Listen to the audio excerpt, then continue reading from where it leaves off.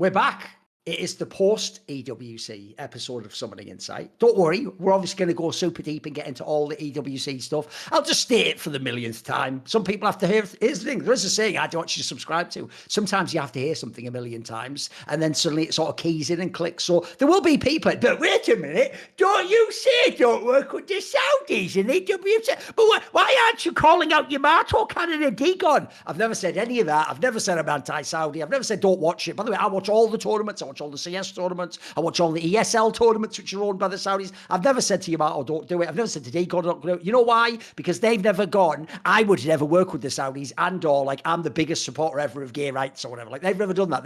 They actually did what Caedrel pretended to do. They just talked about video games. Like Yamato has made it pretty clear. He's got one like political cause he does believe in, because it's literally his people, by the way, and his family. And he makes that quite clear. But even then, as he even said on past episodes of Something Inside, I think he's actually fairly like careful and nuanced with how he addresses that. He doesn't, for example, just like call out the other country as a terrorist or whatever. He tends to just sort of fucking carefully address his support for his people and call out things that are bad. Because actually, that's one thing at the outset. By the way, if people don't know, we'll address that right at the top.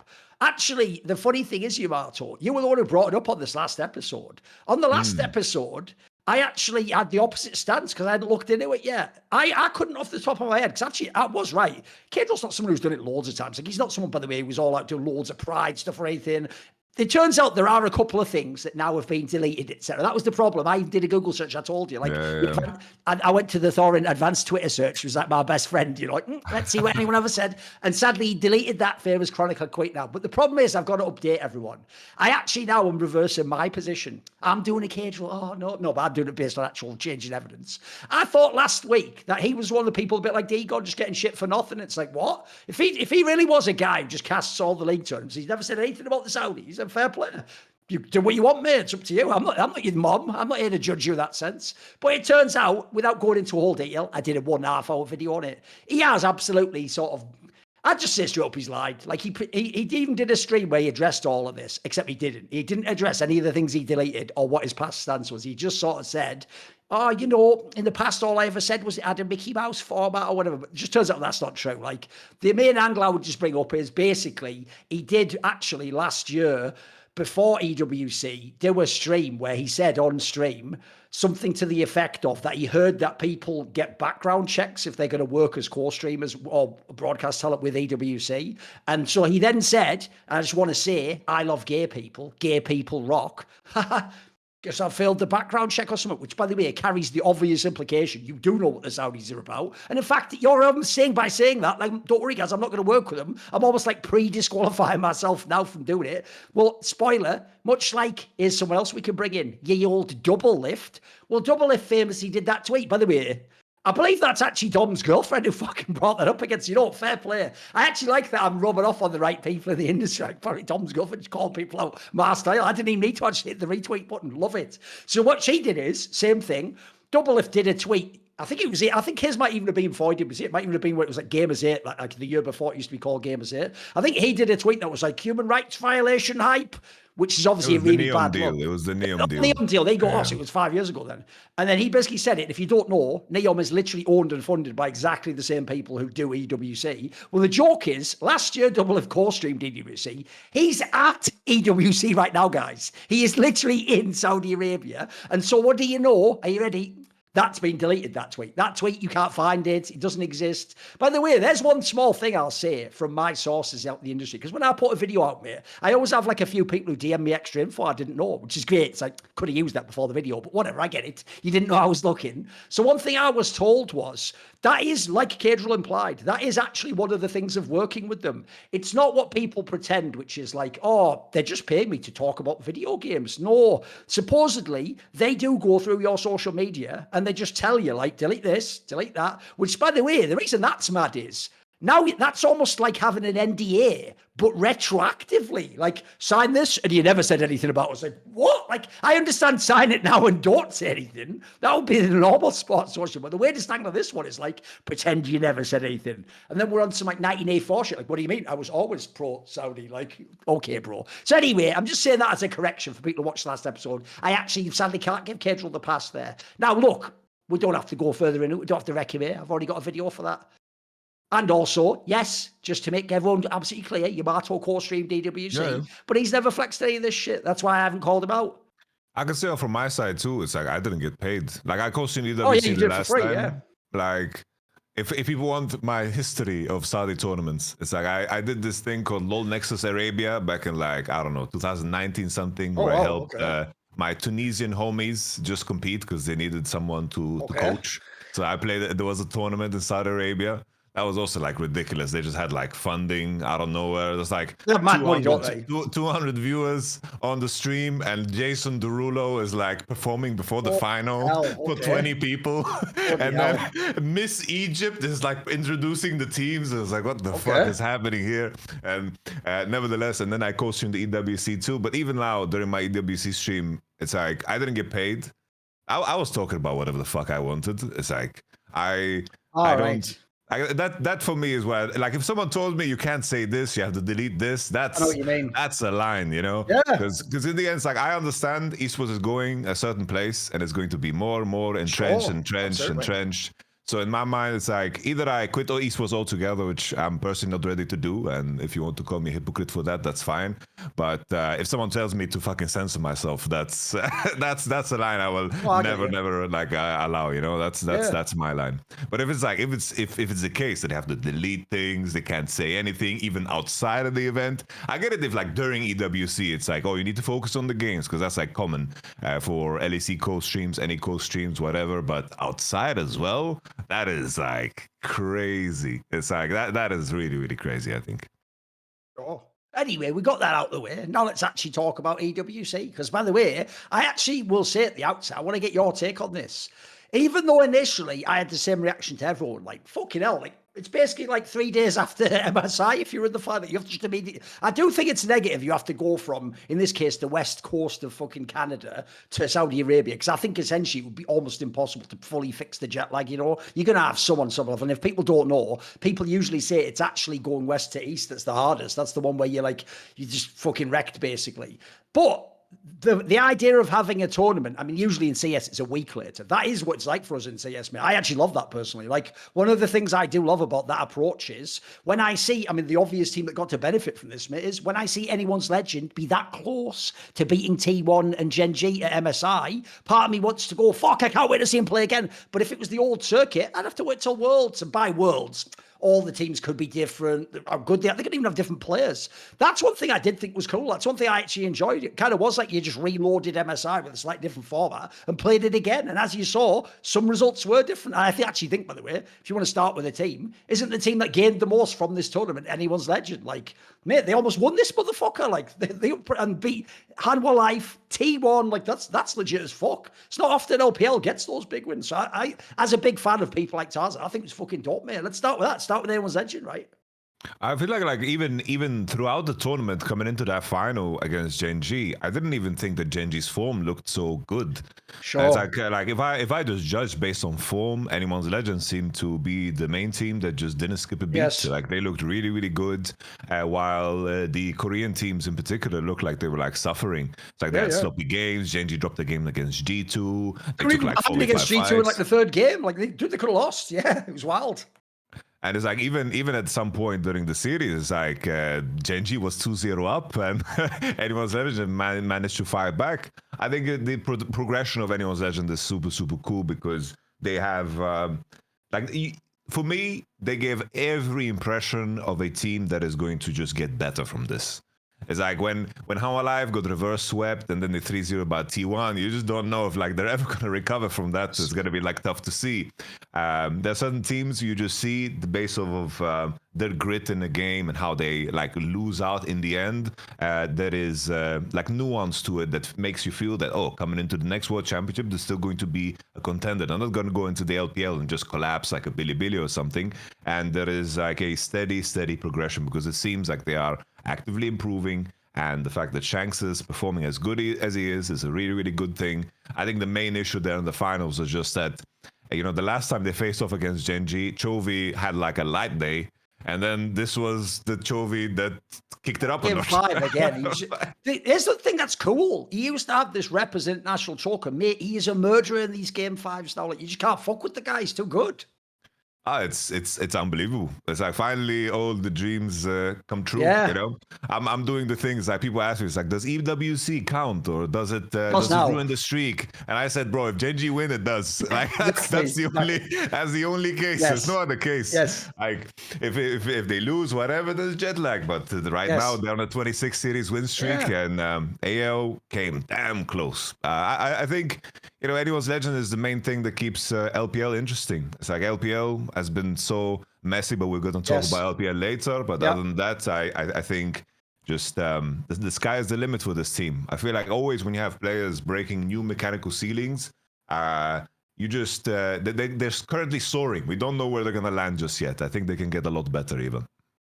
No, mate. I mean, I even agree with you. Like, if you watch the way anyone's legend played here, it was fucking great. Like, I like the joke is after those game 3 and game 4, even though I actually do think GenG might end up being like the best team ever, they look fucking unreal. Like, they can even win when they're not the best here. But I believed. I actually thought anyone's legend were going to do it, mate, and pull it out. Because, mate, I thought MSI was a cool sort of breakout for Tarzan internationally to get like the fucking stigma off him that he's a choker. Probably played great at EWC as well. Like, think about this. He mad outperformed Peanut. By the way, Peanut's fucking hard to play because you have to be like really good to beat Peanut. He murked him. He did really well against Orna, and he was doing fucking pretty well against Canyon too. Again, like what's cool is it's not that he's always the best jungler in every series, but bro, he's always going to give you at least 2 games that are just fire. And the reason why I believed Yamato is I even thought when he got the fucking Zed in game 5, like, bro, this is just scripted. Like he's the best Zed if anyone doesn't know. This is supposed to happen. He's supposed to win and finally fucking hold a big international trophy. By the way, quickly, I'll address what you said about EWC as well.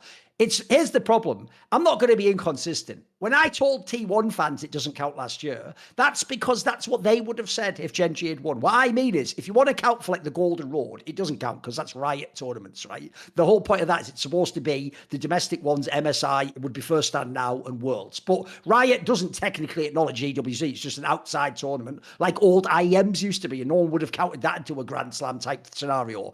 But in terms of the matches, like they did happen. Like, by the way, I actually do think last year you have to give T1 props for EWC. Like, bro, when they got to the final, they fucking murked TDS.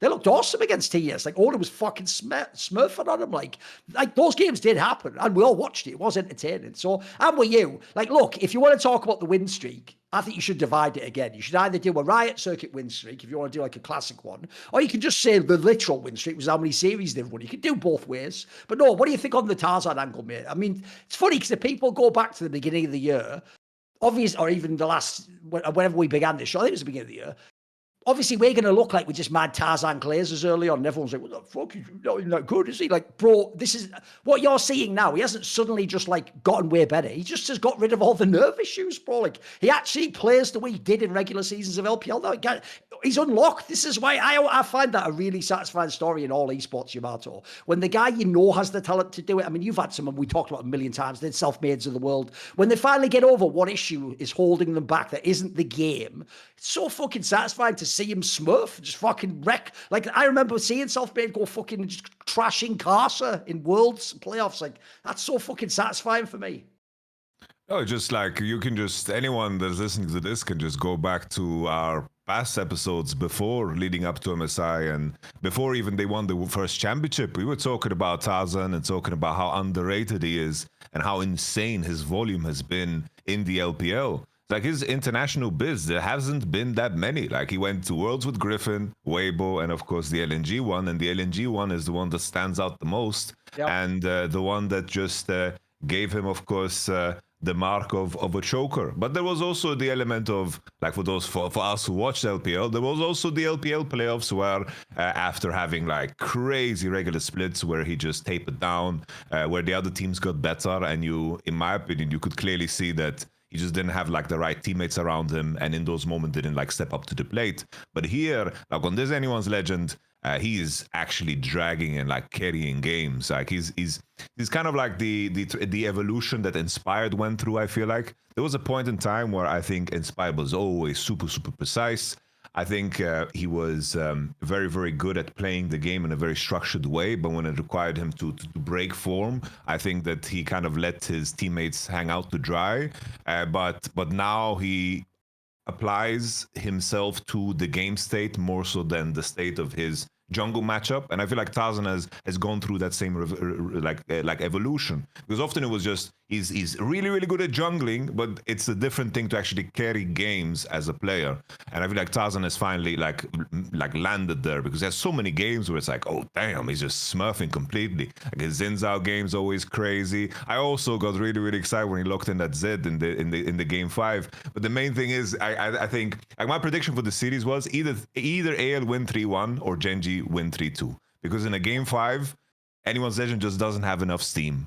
Yes. And them locking Lucian, Leona, and then Silas on 3 into champions that don't make much sense. Follow up with Zed and then Vladimir. Like that composition into the enemy side, it was always going to be insanely difficult. Sure, Flandre Vladimir is a classic, but that draft in itself required them to figure out a lot earlier they need to be diving the Camille with Vladimir Zed. But it's kind of counterintuitive to what anyone's legend like to do and how they like to play the game. It's always either through mid in the 3v3 or through bottom side, and Flandre, it plays in isolation. But that's the tricky part about GenG, is that they can really morph themselves to anything. And that's just the power of course, that roster. But anyone's legend aren't there. Like Flandre dropping a Vladimir, I'm sure in terms of the practice, I don't know how many practice games he got. Come on, it's a classic from years ago, yeah, exactly.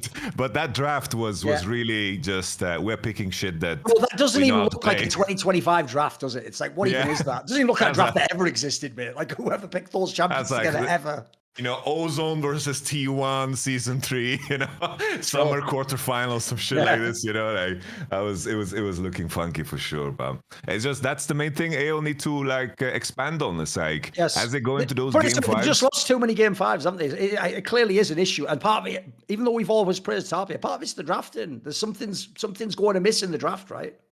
It just seems like they don't have enough pieces. It's like the Lucian Leona lock-in to invite like Ruler Zaya, which is a classic in that game 5. The Skarner lock-in happened, but I expected like a Nidalee, but of course these guys on GenG, they know how to pivot.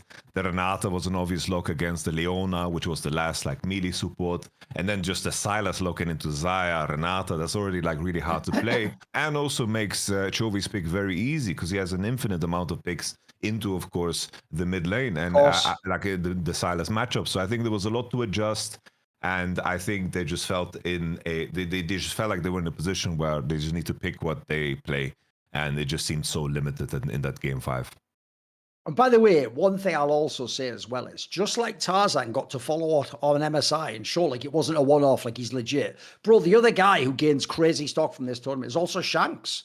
Mate, this guy is just really like, all that shit that was coming into MSI. Like, is it the new cream? No, he clearly is not the new cream. Like, this guy has actually been now at 2 international tournaments, one of the best mid laners in the world. Like, bro, he's actually been better at Faker at these 2 tournaments. Like, and I'm not saying that like Faker's bad. Faker was actually pretty good at LCK. Like, this guy's just the truth. Like, if you want another Chinese mid laner not called fucking Naito Zhao, this is the guy. He's it. I'm loving it, because I've always thought that's one of the things they did miss in LPL. Like, there was a stat someone posted actually on Reddit where they said that Flandre is the only top laner to win Worlds for an LPL team that wasn't Korean. All the others were the Shy and Gimgoon, and it was ridiculous, mate. It was always a Korean. But it's always been the same with mid lane too. It's always a Korean mid laner. So the crazy thing is, bro, anyone's legend that's a chance to win Worlds. They could do it with no Koreans in solo lanes. Yeah, they'd have a jungler, sure, but that in itself would be revolutionary. It's why actually I would have been super hyped if Bin and Knight had one, because that is something new in League of Legends. We take it for granted that in the same way as if you're an LCS team back in the day, of course you should have a European mid laner, you're Mora, that's how you win. Well, in the same way, if you're an LPL team, look, eventually you got like a good support, like a Ming or someone, or a Mako. Eventually you had some good junglers, but you always needed solo laners, and so why not go to Korea for that? So there's another thing I think's cool as fuck about anyone's legend. Bro, the Koreans are the supportive roles. They're the jungler and the support. That's, if they ever win Worlds or something like that, it's going to be a totally different dimension of what we've ever seen in League. No, it's interesting how fragile the player pool is in terms of what they interact with and how it shapes them as players. Because for the longest time, all mid laners were modeled based on how Xiaohu plays, and he was playing based on the fact that he had Uzi on his team. Yeah. And that is a very specific approach to the mid lane that shaped. You think about this, every mid laner in China, Yamato, used to be like mage or Azir, basically mage, into like open bot lane, and then the AD carry kills everyone. It's like that was everyone's game, right? That was like the model, right? The blueprint. It was always like Ryze, Lissandra, Annie. It's like the LPL was always just a little bit better on these champions. Like Rookie, of course, an outlier, but then again, he came out of Korea. Like it's not really the same. Because if you think about Zhao Hu, Yagao, even Knight, it's like JDG 2023. Like his massive skill was playing the Annies, the Lissandras, and of course the Syndra, Vex. all that shit, yeah. And now Shanks is actually like a mid laner that is capable of performing on Azir, and I feel like this is like, even though he's played for quite some time, it does feel like it's marking kind of a new generation, because now it requires you to be very, very complete. It's interesting as well in terms of like how the simple existence of the Shy also kind of gave birth to a lot of mid laners and top laners that played in a very similar fashion, where it's like isolated, pure 1v1, because it's like the Breed, Ale, and Bin now. And it's interesting how everything is just so damn fragile, because sometimes you lose one player and that can like impact everything. I've thought about this a lot, because in terms of the context of like Europe, it's like there are certain moments in time where you lose legends, and that has a massive impact on the whole region. It's like those 2020, 2021s where you lose Inspired, Perks, Nemesis, Reckless, like all of these players just disappear. Obviously, it's going to hurt your region. Bringing it back to the topic, you mentioned Shanks. Fucking brilliant. Just really, really damn good. I think that there is very, very little to complain about when it comes to this player.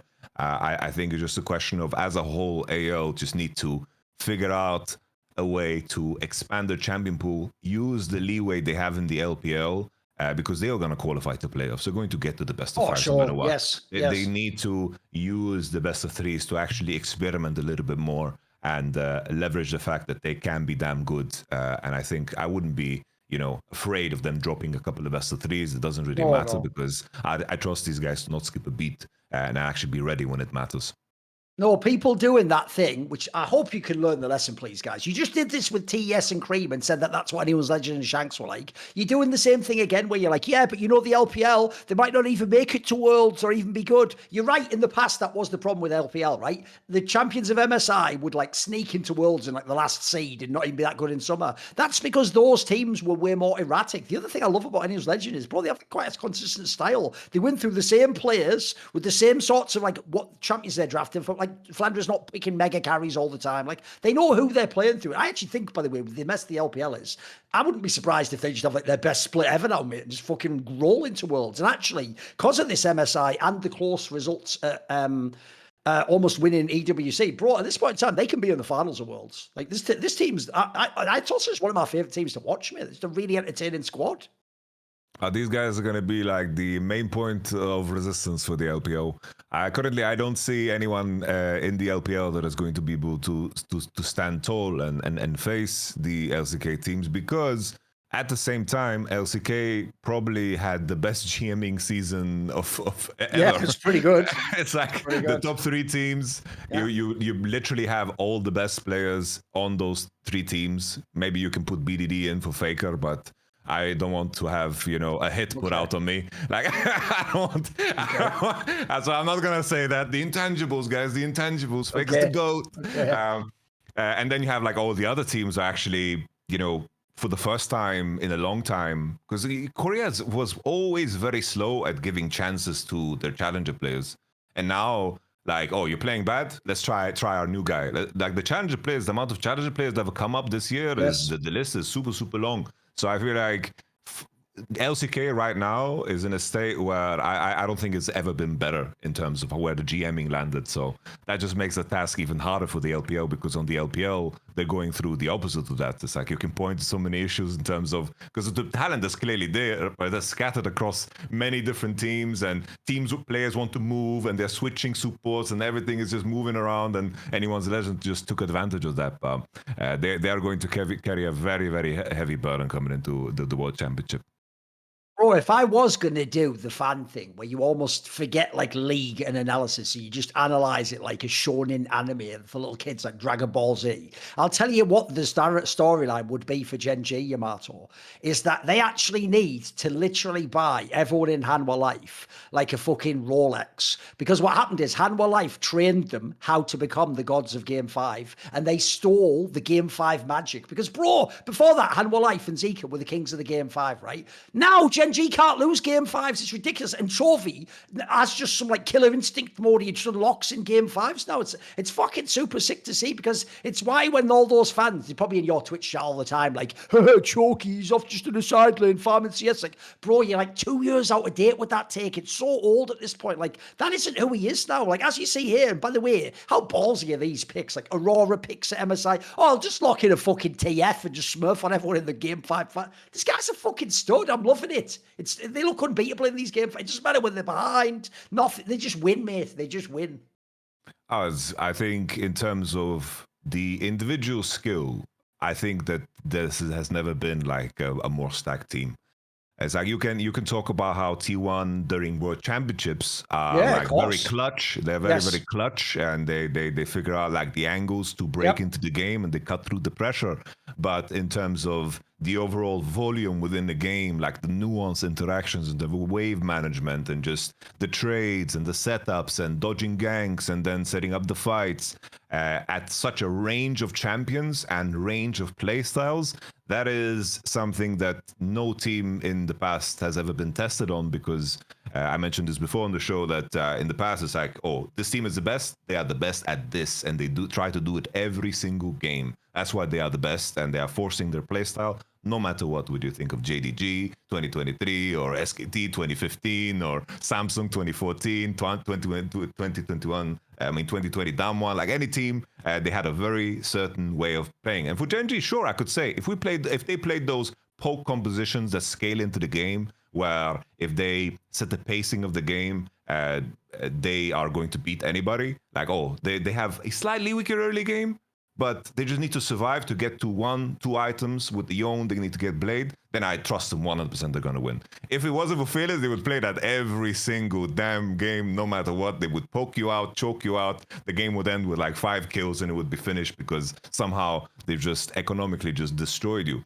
But the fact that they are capable of playing with such a range, and they have so much depth in their pool, I think it's fair to say that individually, I think we've never seen a team that is that good. You raise a very interesting point with the Hanwha Life thing, because it's crazy that simultaneously, when Hanwha Life was the best team and GenG was the best team, it's incredible like how close everything is pushing. Because the missteps that you can do in Fearless there's a lot of things that can go wrong. And now we have like enough data to actually talk about the skill sets that are super important in Fearless and the drafting strategies that are important. But it just seems like leaning heavily into comfort goes so far. Yeah. That's how T1 made the finals. They just leaned into comfort, because that's where the magic comes through if you're playing the shit that you're comfortable on. When Canyon locks in Italy, it's not because it's the best pick, it's because the magic comes through. You said it last episode. In a weird way, the thing it reminds me the most of is the old OGM blind pick, because that used to be the logic in blind pick too. You didn't really try to do a meta comp. What you did is you just picked something that, like, since you can't know how the game's going to go and what they'll pick, you just pick something you know how to pilot really well, and you just go, fuck it, I'll just sort of gamble that, like, this will work. I get the same vibe. I know what you mean. Like, when it gets to the game 5, I'm not trying to think like, what would the meta counter hit? It's like more like, can you play this champion no matter what game state's going to exist, right? Definitely. It's a balancing act in the end. I think that's the tough part. It's like you need to. It's always, as a coach, you always have to judge data. It's like, oh, I have maybe 3 scrims of games with this into this champion. I believe it's better, but I believe he's going to perform better on this. And then if we invite this champion and we believe the enemy is going to play it worse because he needs to be on engage, there's so many variables that you're taking kind of a gut call on, and it becomes a lot more difficult in a game 4-5. That's why sometimes you see that Zillion angle come through, because it's like that's just them trusting their gut with the information that they see. And sometimes it works, and sometimes it goes to shit. But there's so many moving pieces in making sure that you are set for that game 5. is definitely difficult. But at the same time, that difficulty just brings nuance to the strategy, and I think that's super cool and super fun. But I think where Fearless has landed, I don't want them to do anything crazy. I don't want that LS idea of hardcore Iron Man where they are not playing any champs and they're. That sounds even worse.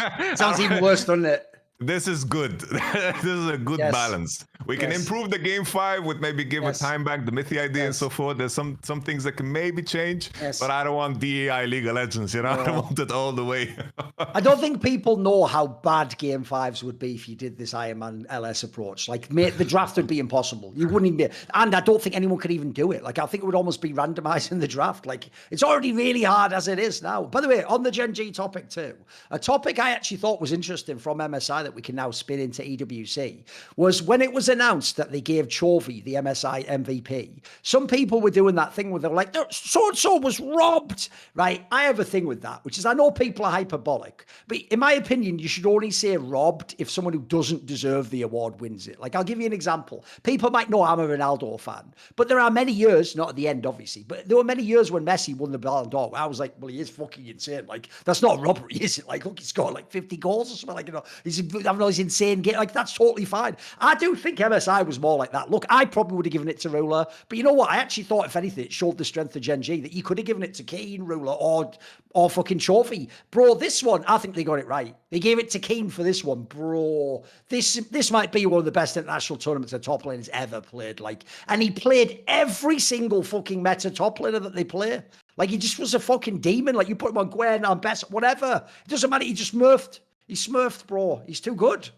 I love the fact that you know, to praise, you know, the angle from EWC is the fact that they made it a tournament MVP. Yes. Like, in my opinion, there should be a finals MVP and a tournament MVP, but I think a tournament MVP, if I had to choose one, I would rather lean into that. It's more important. Yeah. And Keen definitely deserved it. Like, I don't see a flaw in how he plays right now. Like, he plays the carries as a Zeus or a Bin, and he plays the tanks like a Prime 369.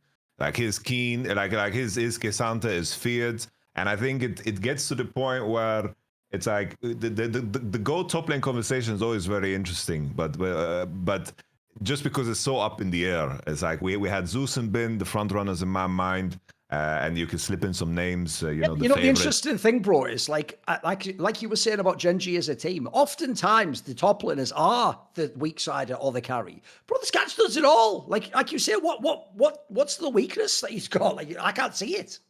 It's absolutely crazy. Like, those Ambessa games were nuts. Gwen seems to be so difficult because nobody else pulls up the Gwen. Bro, he even plays the top lane Aurora. Yeah, it's everything. Crazy. This guy's it's nuts, absolutely crazy. I just like the Gwen. Nobody else pulls it off. Bin is running it down on Gwen. Yep. The level that Keen is playing on.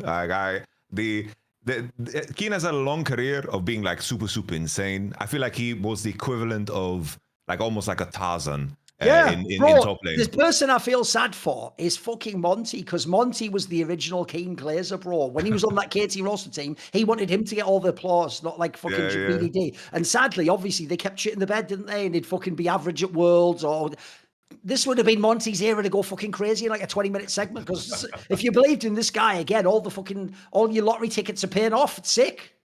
Oh, it's like this guy's volume has been always great, but it was always like he was on the wrong team. He got paid on Africa. God bless him, you know, that's good. Yes. But then he went to GenG, and like the KT run was also super interesting. But then it was like, oh, the BO5s, like Zeus is just better than you. Like, you're not playing to win. You just hope that your teammates do something to win. And it seemed like at that point in time that's who Keen is going to be forever. But now on this GenG roster with so many big fishes, especially this year, he's really shaping up to be different.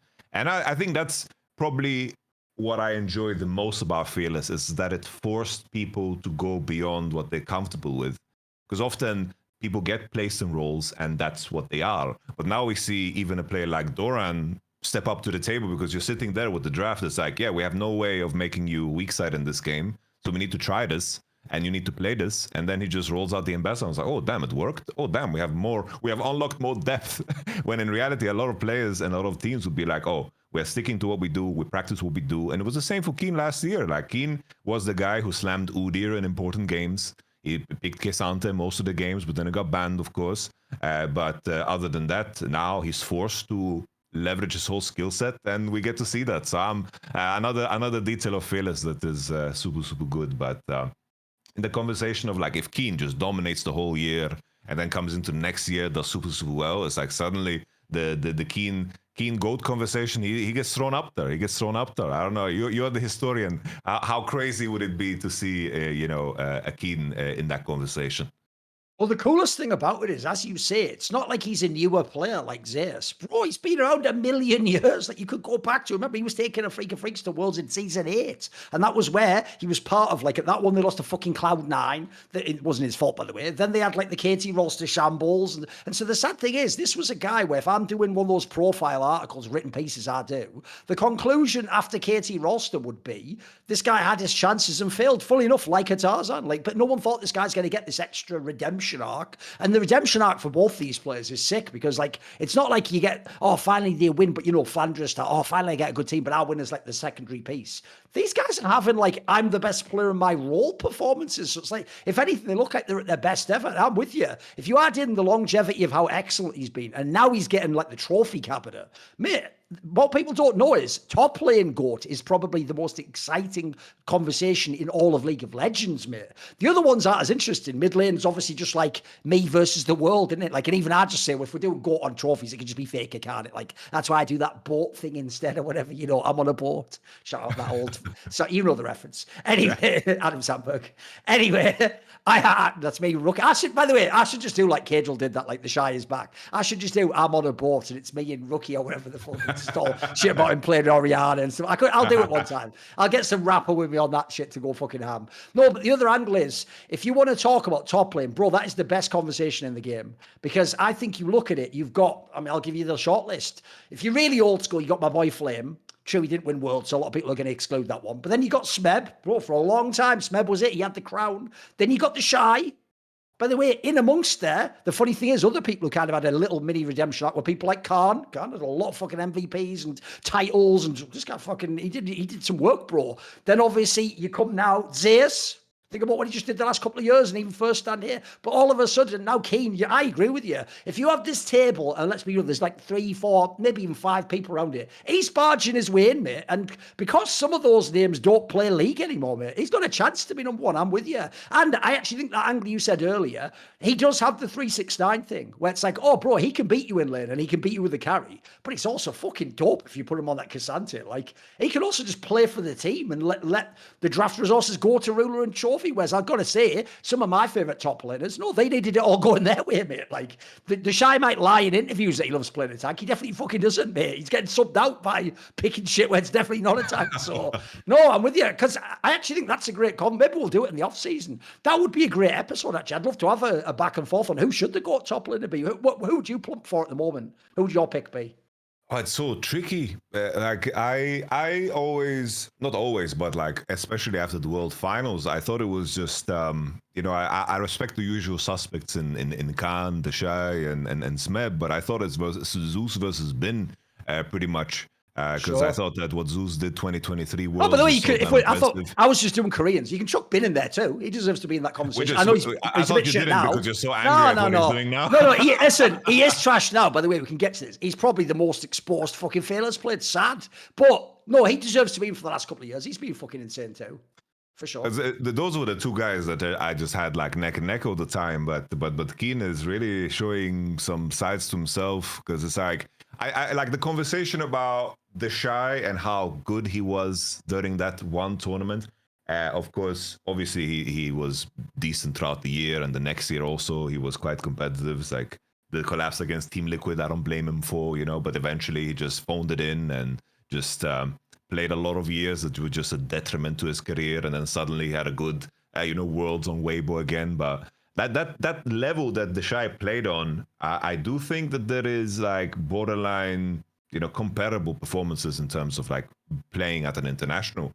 I think the Shy was obviously like really, really insane, but the only true competition I felt like he had at that competition was Smeb.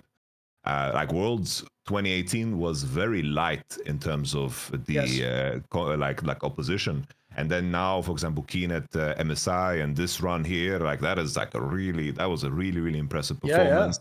I think Zeus as well, 2023, that Worlds that just cemented in my mind like as one of the best top lane performances. So for me, it's like Zeus, Bin, and then Keen is starting to have arguments. But if I have to choose one now, I do think Zeus, just because of that How Life period in winter. I don't want to forget that too fast, because they did win first stand, they did win LCK, which was way more impressive than first stand, but getting to first stand and then doing it in a way where Zeus was so important, I have to like lean towards Zeus ever so slightly in this moment in time. But it's super insane that it's like it can change so fast. Put it this way, if I had like the gun to my head, I'm with you. I actually might pick Zeus. He's not like actually at this tournament, he wasn't really in his best form. He's had a little bit of a dip, but you can't forget first stand. You can't forget the first LCK. And I'm with you. I think you look at those years when he was on T1.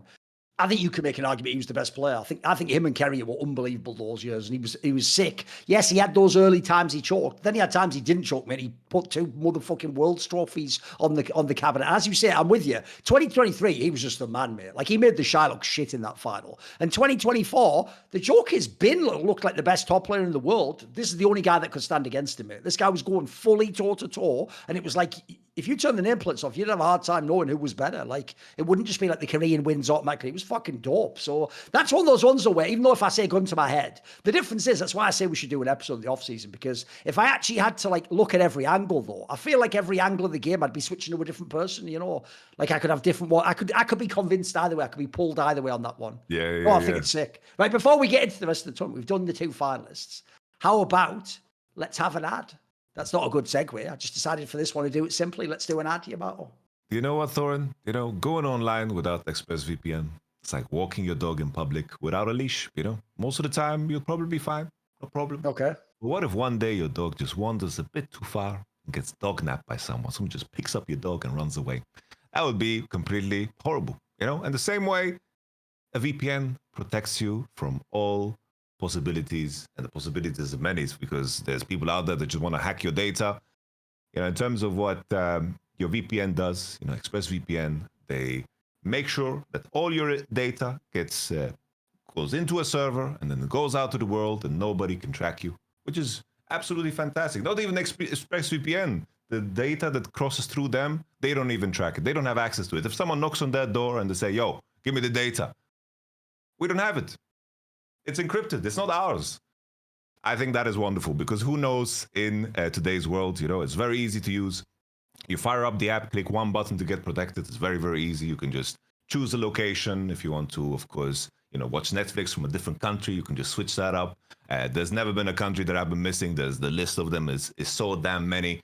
I like the fact that on the PC app, you can connect it to specific windows, specific browsers, because when I stream, of course, I don't want the stream to go through a VPN. That's fine. But a certain browser, I'm doing something on that browser. I want the data to be tracked and I want to be in a different country. The separation is super cool. It works on all devices, whether it's your phone, your laptop, your tablet, and you could use just staying secure on the go, which of course is super important. I always share this anecdote about when I was in school growing up, when everyone, like, we just got laptops from school, and obviously that killed everyone's productivity. But there was someone having like a simple app that he downloaded, that he got from his bigger brother or something, and he could just see all the cookies of anybody that was on the same network.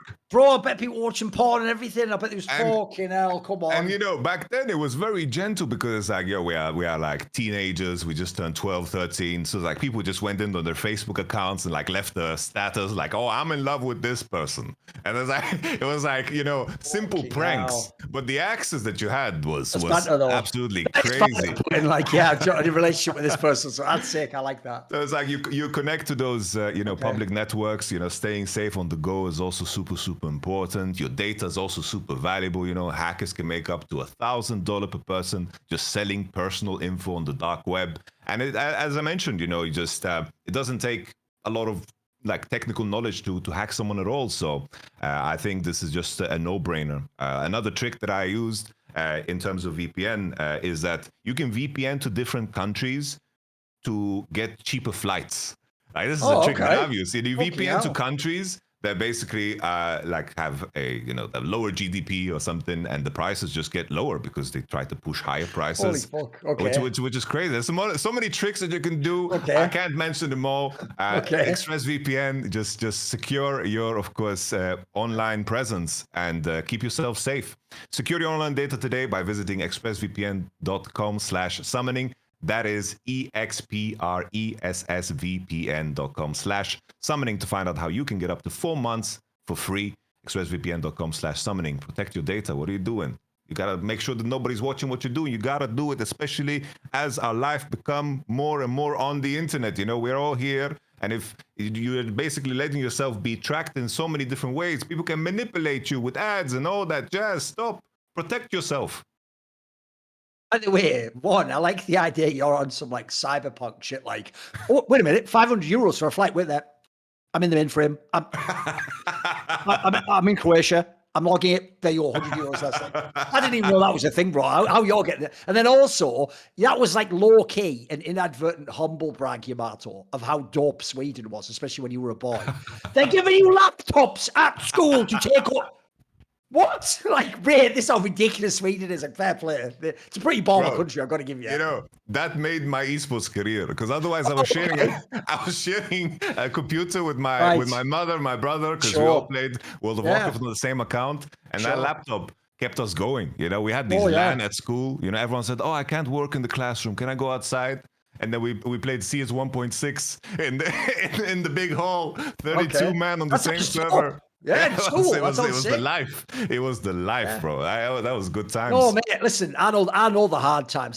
These young kids don't get it. They all have their own PCs, internet connections, everything. Everyone's got DSL now. They weren't in the trenches like us, Yamato. I was doing that shit where it's like, my family were calling back to say something about dinner, and then the line was engaged because I was secret on the internet, and then they were like, getting home, and I was like quickly turning it off, and then they were like, why were we calling and you couldn't fucking get through? It's like,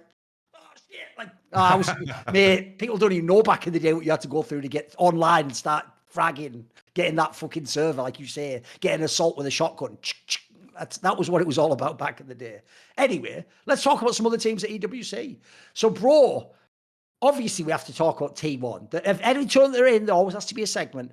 This was a real mixed bag for me, because for me, they were coming off such a high from MSI. Like, that was a fucking globe, bro. Here's the thing. The casters, yes, we discussed it to death. They definitely went way too far. Like, the joke is they made Game 5 of the final sound like T1 was Goku, and then GenG was whatever villain will inevitably lose to Goku in the end, no matter what. And that Faker landing the charm was like Super Saiyan level 7 or whatever the fuck, which it wasn't. And if you ever watch that back, that cast's going to age really poorly if someone rewatches that VOD. Because, spoiler, they don't come back in any way. They just lose the game. Like, there's none of that. But it was a glow up. I get why they were hyped. It made you believe T1 could win. I actually thought this one, here's the thing. I'll tell one person I've got to give mad props to is I still think, no matter what the results are, bro, this year Owner's just cooking. Every time I see the guy play, he's just having like demon time games where he just kicks whoever the fuck is on the other side out the server almost. It's like impossible to play him. But I did think this was a step down for me compared to before, because there's two angles. One, bro, they had a hard time against fucking KOI. As much as everyone memed on Europe at MSI, KOI was actually giving them the fucking business in that quarters. And then in the semis, actually, anyone's legend, this was way more dominant than that back and forth series of MSI. So where are you at on T1? What do you think of T1 at the moment? Yeah, in my mind, it's like T1, like we mentioned it before, but like the SDK teams came into this like very, very light. It didn't seem like they dealt with the logistics super well. Like T1 didn't have the same form. Like anyone's legend was the one that just came in the hottest, I feel like, out of anybody. But T1, I don't judge them too harshly for it because of the logistics, but definitely I would say by their metrics they underperformed. Like even against G2, they were playing kind of sloppy. That AL series, they pretty much got stomped against anyone's legend. Like that was very one-sided. Like the Yorick game against Rumble, it was like one fight happened and then the game they took over and then it was just finished. Like those games were extremely, extremely one-sided. Like that looked like AO was playing against like a Western team or something. Like that looked very, very one-sided. And I think in regards to everything else, I think there's not much to say about T1. I think it's just a question of, how do they, we have to pay attention to them closely because I care about LCK, not like the tier Are you one worried they're fans. going to have a dip? Do you think something's going to happen? Like, I want them to continue, playing well and then be on that role. Like, I'm sick and tired of that T1 that just plays horribly in regular splits. Like, I don't want that at all, especially with the current format, is that they're going to play against all the top teams 3 times. There's a triple round robin, and Yes. I want like those T1 GenG How Life matchups. I want them to be close. I want them to be at their best, and I don't want this cop out that this doesn't matter. I don't want that cop out. I want those games to actually mean something, and I hope they don't revert back to something, because they definitely tapped into something special with how they utilize Doran. And how Doran is more connected than Zeus ever was to his teammates, and I hope they leverage that. But then on the back end, I don't know how Faker's fatigue or his pain is going to kick in with this, because I'm sure like in Saudi Arabia he was busy having dinners with MBS like all the time, like they burning him out over there, in the heat. He's eating, the finest meals and signing the biggest deals, and now he has to go back to the LCK. Luckily, he doesn't play on the first day. That's GenG and How Alive's job, but he still has to face up against GenG that same week. So I hope that T1 like maintain form, like just maintain form, please, for the sake of League of Legends. I don't know if you know this. This isn't even a meme. Did you know there's a place in Saudi Arabia? It's called the Edge of the World, because it's this part of the desert that has like, if you look it up on Google quickly, you'll see what I mean. It's this part of like the edge of a big desert that has like quite a cool sort of like rock face where you can go up on there. And because you're sort of looking over the edge of a big cliff into like an endless desert, it's called the Edge of the World. Look it up. It looks pretty dope, right? Looks baller, doesn't it? My joke would be that you're right. That's the problem. They were a bit distracted, Yamato, because actually Joe Marsh took Faker up there and lifted him up like baby Simba, and he was like, everything your eyes can see in Saudi Arabia belongs to you, Faker. Anyway. Listen, it's all good, guys. The King of League and the King of Saudi. There you go. King X King material. By the way, I'll tell you one of the reasons why, though, I'm actually not as expected that you'll have that letdown in this summer split from T1. And remember, they were even having it in spring, bro. There was a fucking Brion and Fear X and shit like that. The reason why I actually feel like this time it might not happen is because, first of all, I actually do think Orna just plays great every fucking series now. He's just locked in. Doran's actually pretty better than expected generally. The guy who has had the glow up and it continued this time is Gumayushi. Mate, Gumayushi just cooks. And Kerry is just still like, he might just be the best support player in the world. Like, Faker has his issues, but I think a lot of the rest of the team's kind of like, everything's coming together for me. So, like, I do look at this split and I think to myself, look, I don't know what had my life yet, mate. It's been a while now since I've really believed in them. Like, I think T1 could be in the finals of summer. It could happen.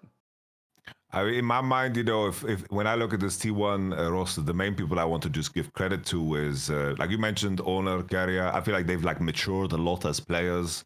In terms of the consistency they bring to the table and how they seem to play with a very overarching view of what needs to be done in the game. Doran as well, but also just the coaching staff. It's like the Gumayushi. It's interesting the conversation about like Gumayushi, especially that game 5 against GenG where they played Caitlyn. Like, for some reason, people flamed Doran after that one, right? But Gumayushi on the Kate was making very game-breaking mistakes. But Gumayushi is like a protected class now. Like, the main angle I want to bring forward now in the conversation of T1 is that the coaching staff fucking nailed it. It's like, if we want to judge them based on the pieces they had and how they managed to put it together from any other aspect, we would always like the community would always give credit to a coaching staff, because this Doran project was one that I expected to have a hard time. I expected them to not overtake How Life, and then they came into MSI and made second place against one of the best built rosters ever, maybe. And that's a massive, like that's super impressive. And everyone wants to say is like, oh, they bench Gumayushi and whatever, but maybe this is what got the Gumayushi performances back up to par. Maybe this was the wake-up call that he needed, like in terms of how everything played out from a coaching staff. I think this is one of those moments that you deserve a fucking medal for this shit, because the coaching staff pieced it together.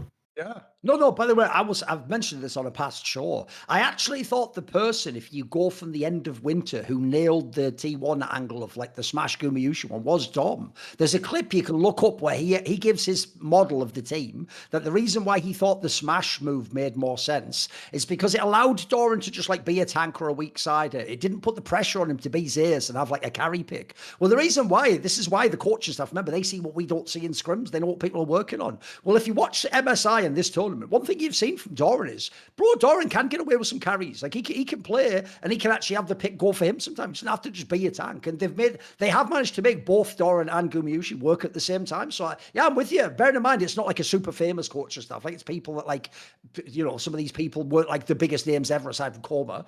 Yeah, it's pretty cool that they've kind of got it together. And also, thankfully now, all that drama of like the idea Joe Marsh is like, you know, you're in the fucking coaching room like, who should we pick for the game? And then like you see the fucking red phone ringing like, shh. Joe Marsh says, Gumayushi has to play. Like, I'm glad that shit's out the way now. It's actually like real league where we're just letting the coaches pick who they want to pick. And so far, I'm with you. It's working. No, just Doran. Like if they had gone to their head, they have to play Gumayushi. They needed to fill that problem. They need to fix that problem because in the end, it's like the run up in playoffs, the KT series, and then the How Alive series.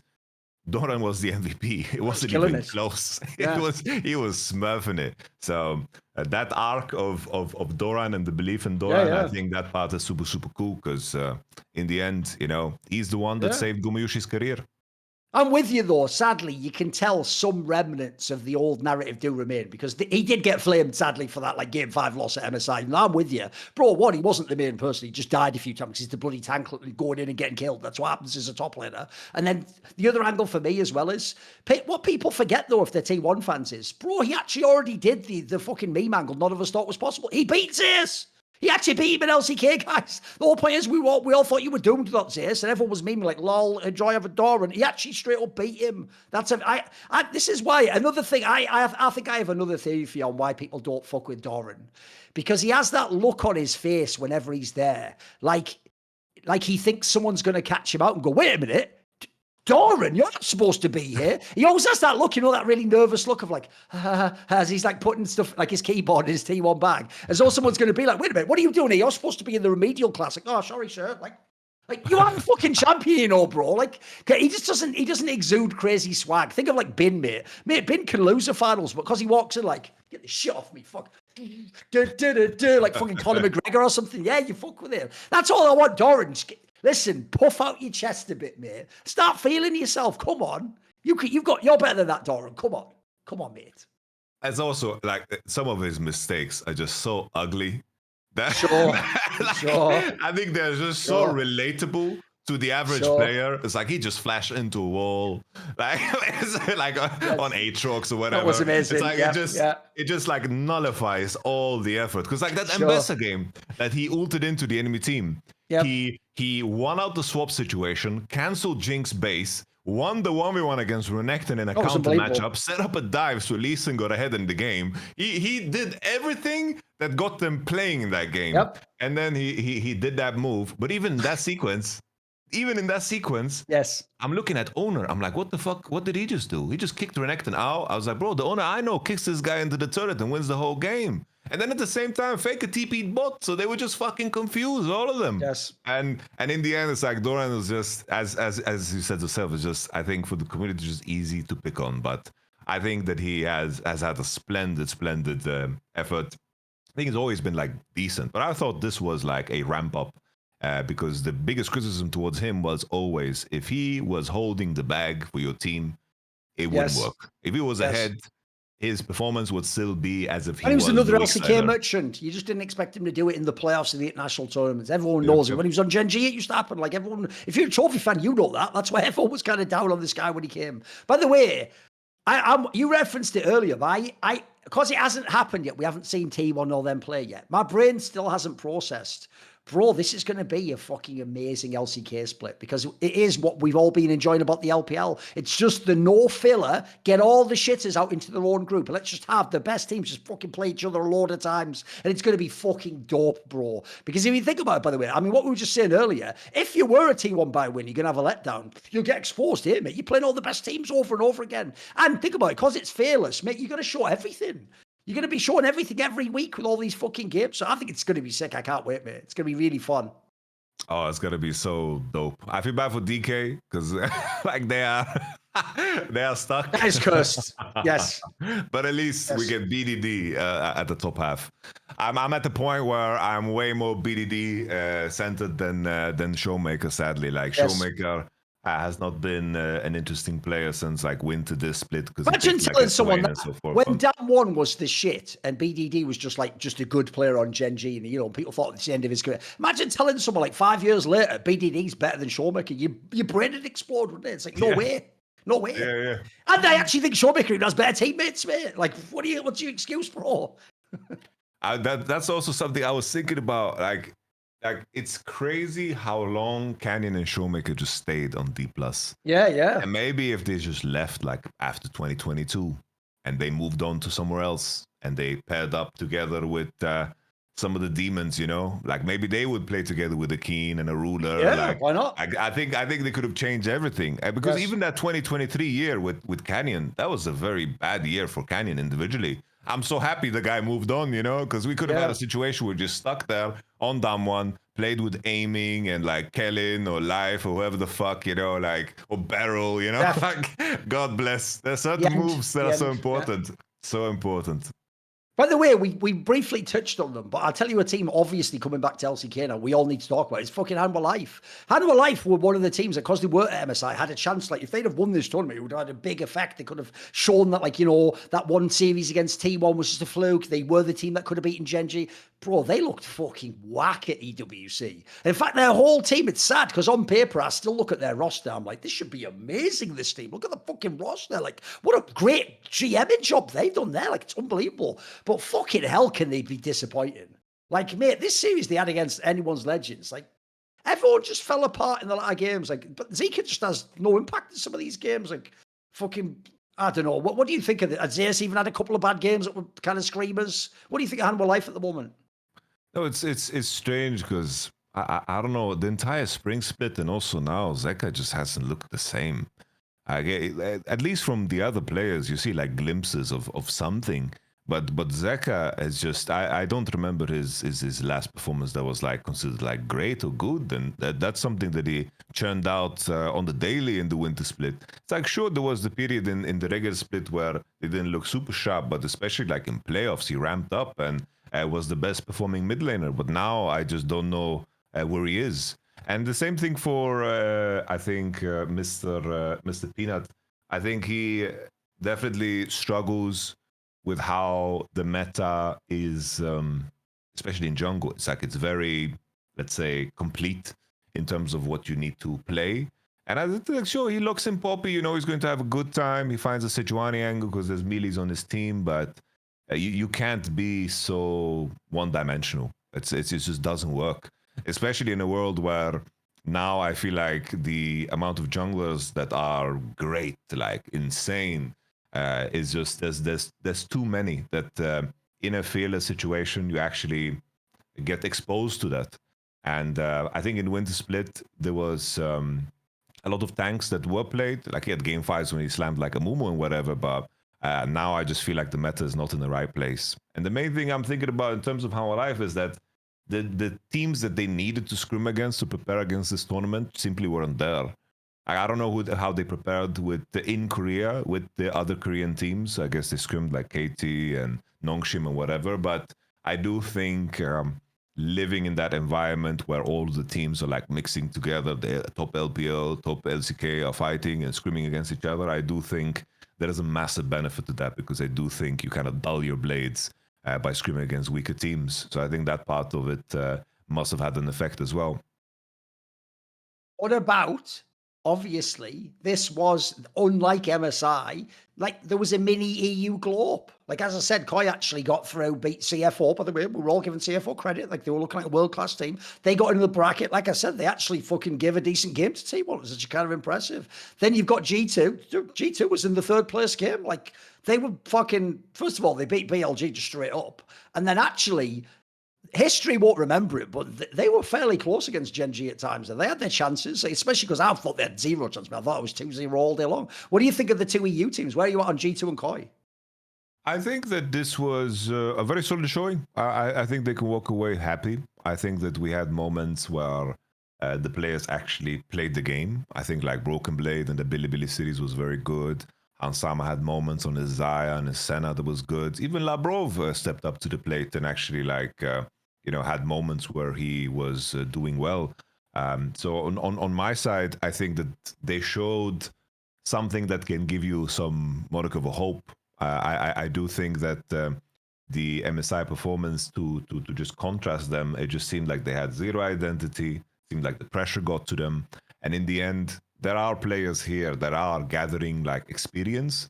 And I think if you view it from that lens, I think that ending on that note is the best thing possible for G2 coming into the LEC Summer. I think they showcase that they are capable of playing together, connecting together. Scubamon had moments where he was actually being very proactive in his approach, which shows to me that G2 have like their fingers on the pulse. They are aware of the things that they need to work on. Because when you see glimpses of that, it means that they're aware of it, they're trying to work on it.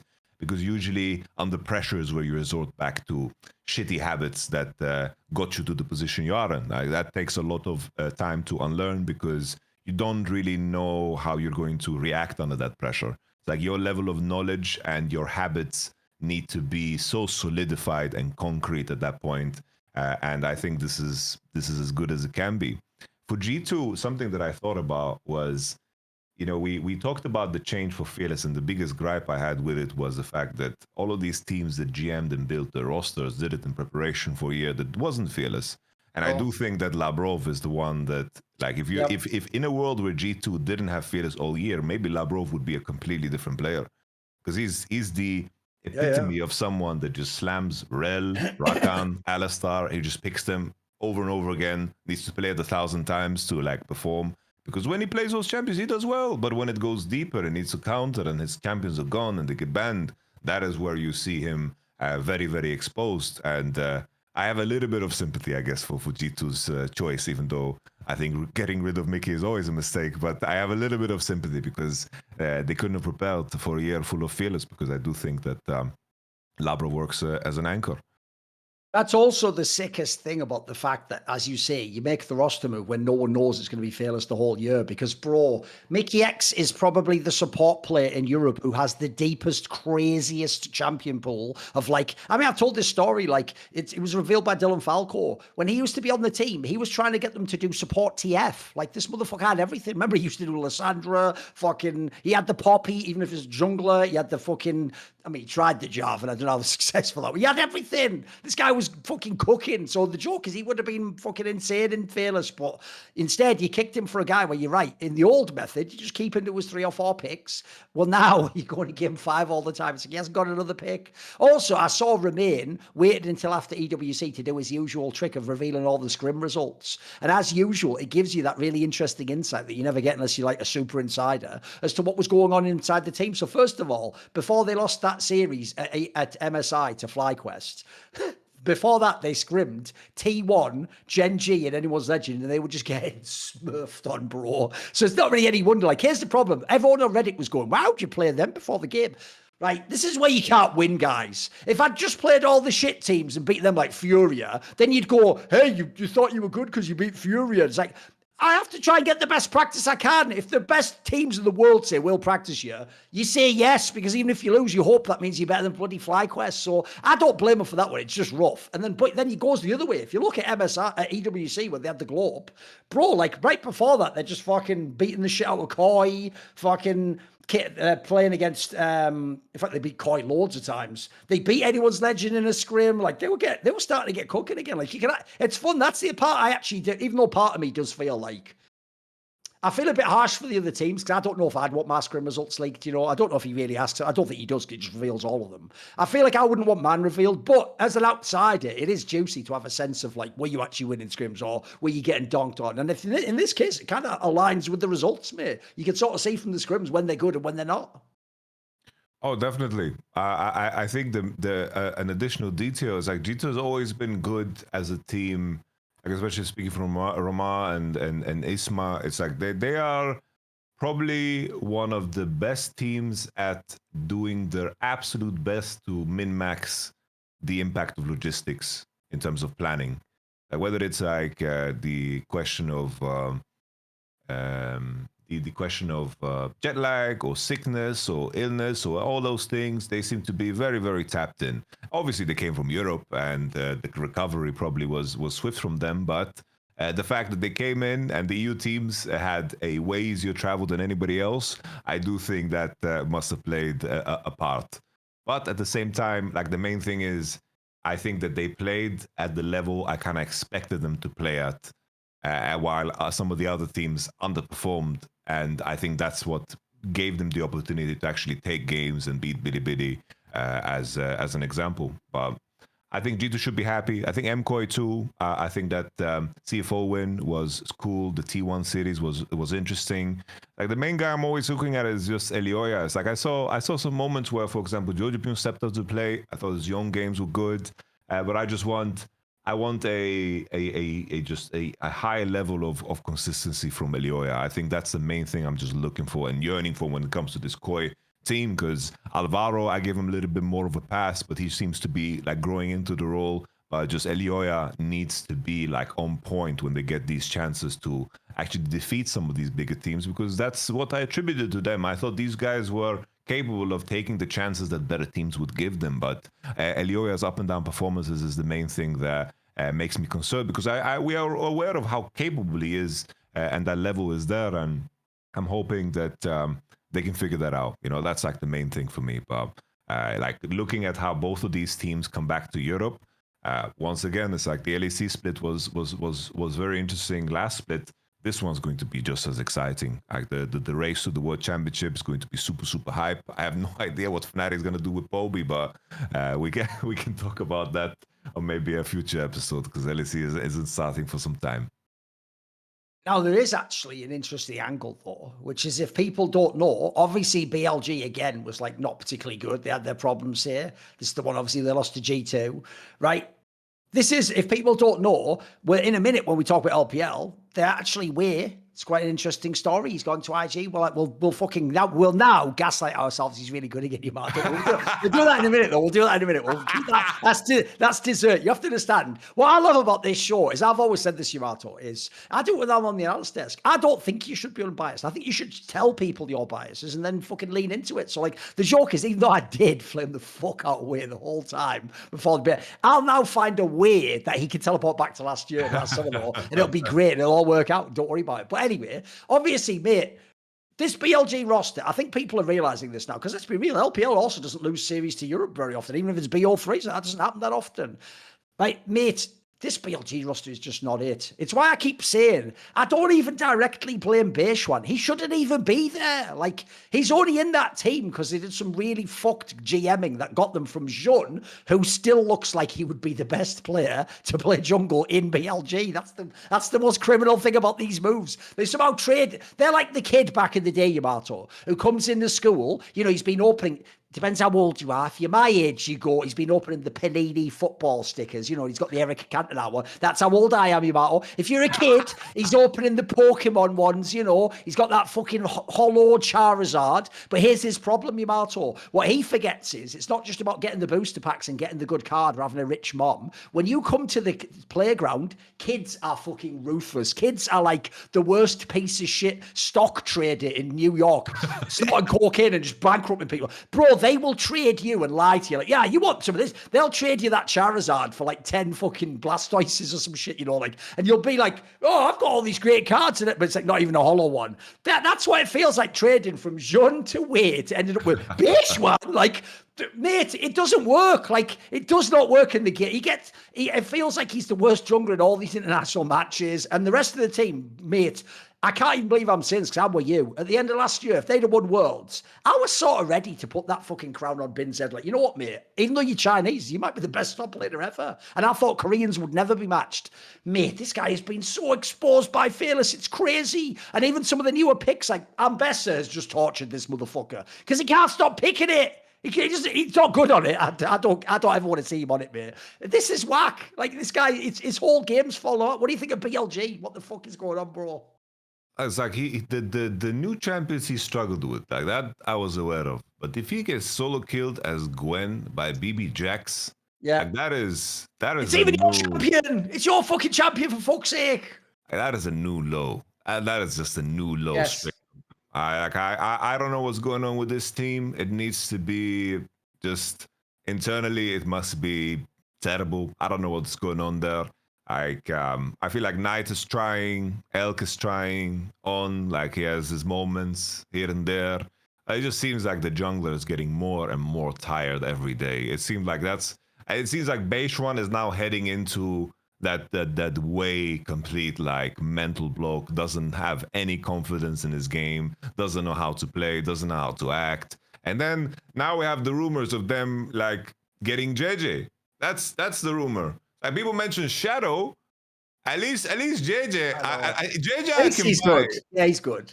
But then the worst thing is, by the way, you know what? Let's just do it. Let's swap to that because now we'll do that. Well, you know what? We can go wherever we want in this comp. We don't have to stick to region. Yeah, let's talk about that conversation. So the jungle swap. If people don't know, this is also where I feel like I'm getting baited though, because when they said JJ is going from IG, actually JJ has had some games on IG where he still looks good. He still is a player. Look, he's a player who's won the fucking world championship. But the problem is, I'm with you. If you say JJ, I'm like, okay, I'll try that. Yeah, let's give it a go. You know, I'll psych myself up that that'll work. When you then go to Shadow, it's like, the guy from Mad Lions.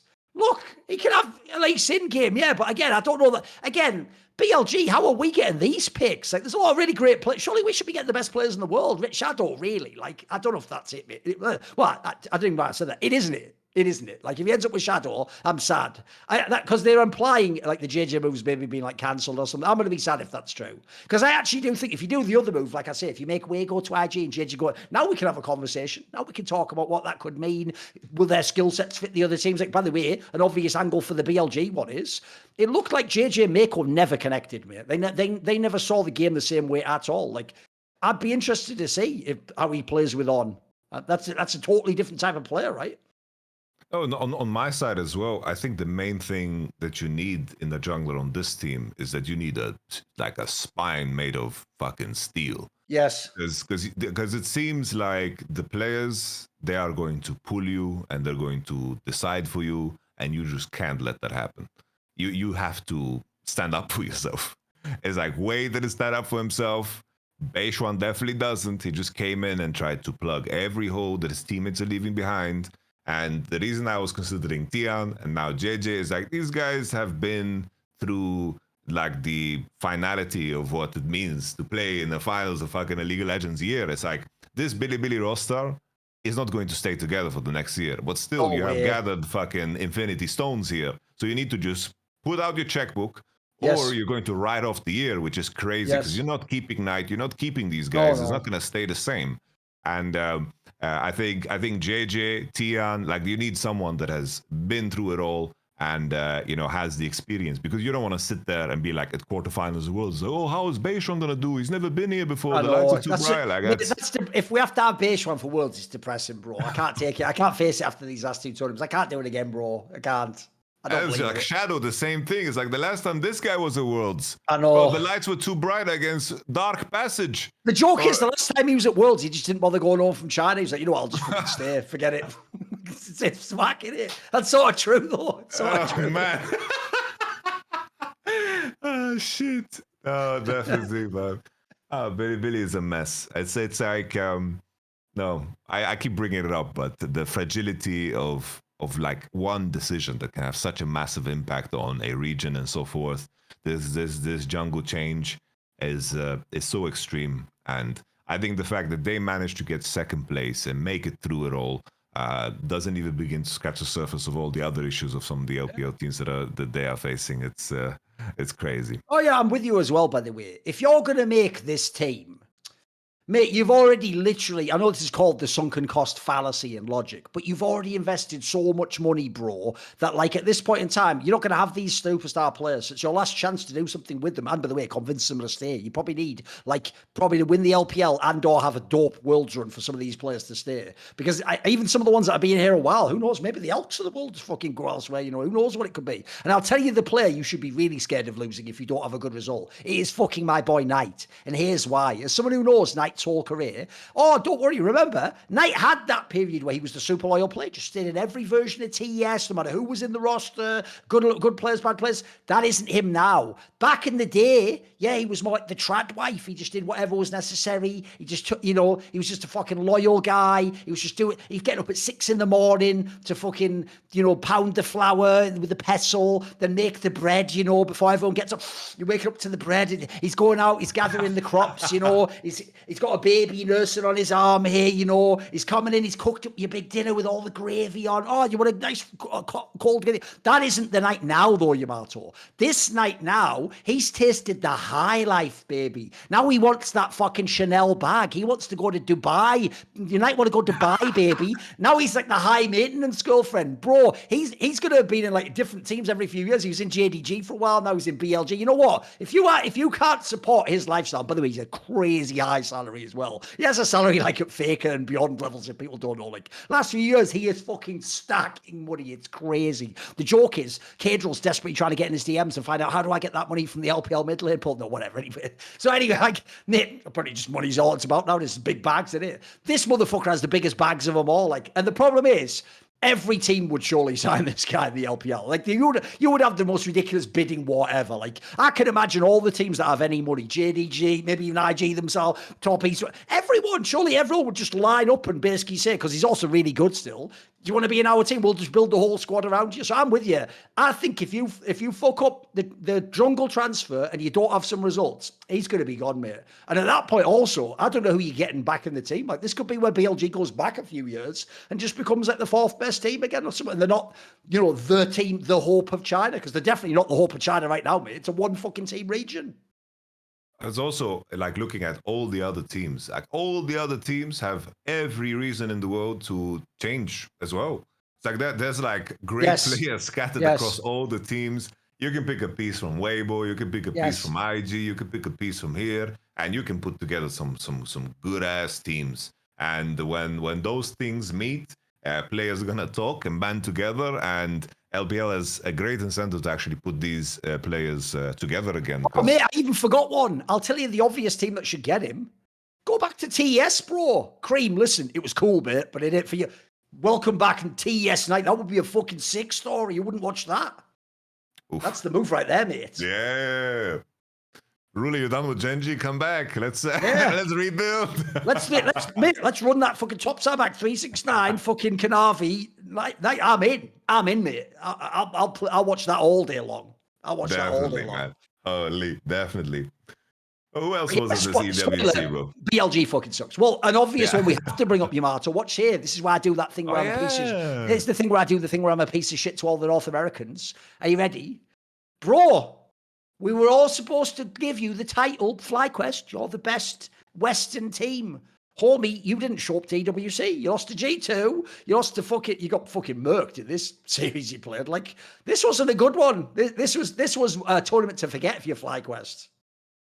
Oh, definitely. This was tough. Like, I think in terms of the North American teams, they did the thing where they went online and complained that they had to like fly in, and they arrived at 2 a.m. and had the media day in the morning. Like, these are the things that you gotta fight for, man. It's like, I don't remember where I heard you say it. I think it was in a previous episode where you said like the manager like the manager is not like a champion or whatever. Like it's not a part of it. In these cases, I swear, the masseuse, I think it was. it's Wasn't like it? the manager, masseuse. I don't know. I think like Vitality CS, like let go Oh, of the yeah, you're right. manager. It was the idea that I'm thinking, don't get confused with coach. I just mean literally the manager, the person who books you the flights and gets you the drinks. Yeah. It's the idea that they were like, I was part of the wins. It's like, yeah, sort of. You were in the background. You did hand me the drink and then I drank it and won the game. You know, you feel like the manager was important on this one though. On this one, holy Right. shit, it's important because it's like we had this meme running in for example Fnatic. It's like you had to like book the like hours for media days with Riot, which were like 6-hour blocks, and one of the blocks started at 8 in the. It was like 8 in the morning. And whoever got that, like, fuck the whole day up, Yeah, and who then the the fuck's next day booking up. that one? No, we want to be the last one. And then whoever got that is like manager gap. It's like you're fucked, you're screwed. And I knew all of those tricks, you know. Like I knew all of those tricks at the beginning in LEC. It's like we need to have the media day late. We need to plan it here. We need to book the scrim. Like I knew how to move the pieces, you know. This was a moment where the manager needed to be like, "Oh, we're sorry. We're a little bit late to the media day. Oh, we are on our way. Oh, it's 11. Yeah. Oh no. Oh, caught in traffic. Oh, be there soon. Yeah. Oh yeah. This is where you use your goodwill a little bit. You know, this is where you fight back. Just on the corner. Caps is getting his, you know, fucking macchiato, latte, frappuccino with ice on it, or well, you know, all the tricks in it. You pull out every little fucking trick in the book to delay it. Yeah, I'm with you. Oh, this actually randomly just reminds me of the story. I was at Worlds 2018, and we are scrimming against GenG because we just like played them, and we had no I think we were scrimming against GenG.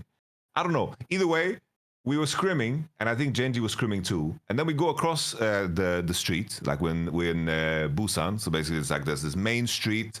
And there's like the street that everything is going on. Right next to the beach is fucking baller as well. I've been there. It's awesome in it. Amazing. Really awesome in it. So we cross the street and me and Jizuke are getting coffee. And then Ambition is also getting coffee. So we just stand there and then suddenly like an anti-gay protest just comes through. And it's just like 20.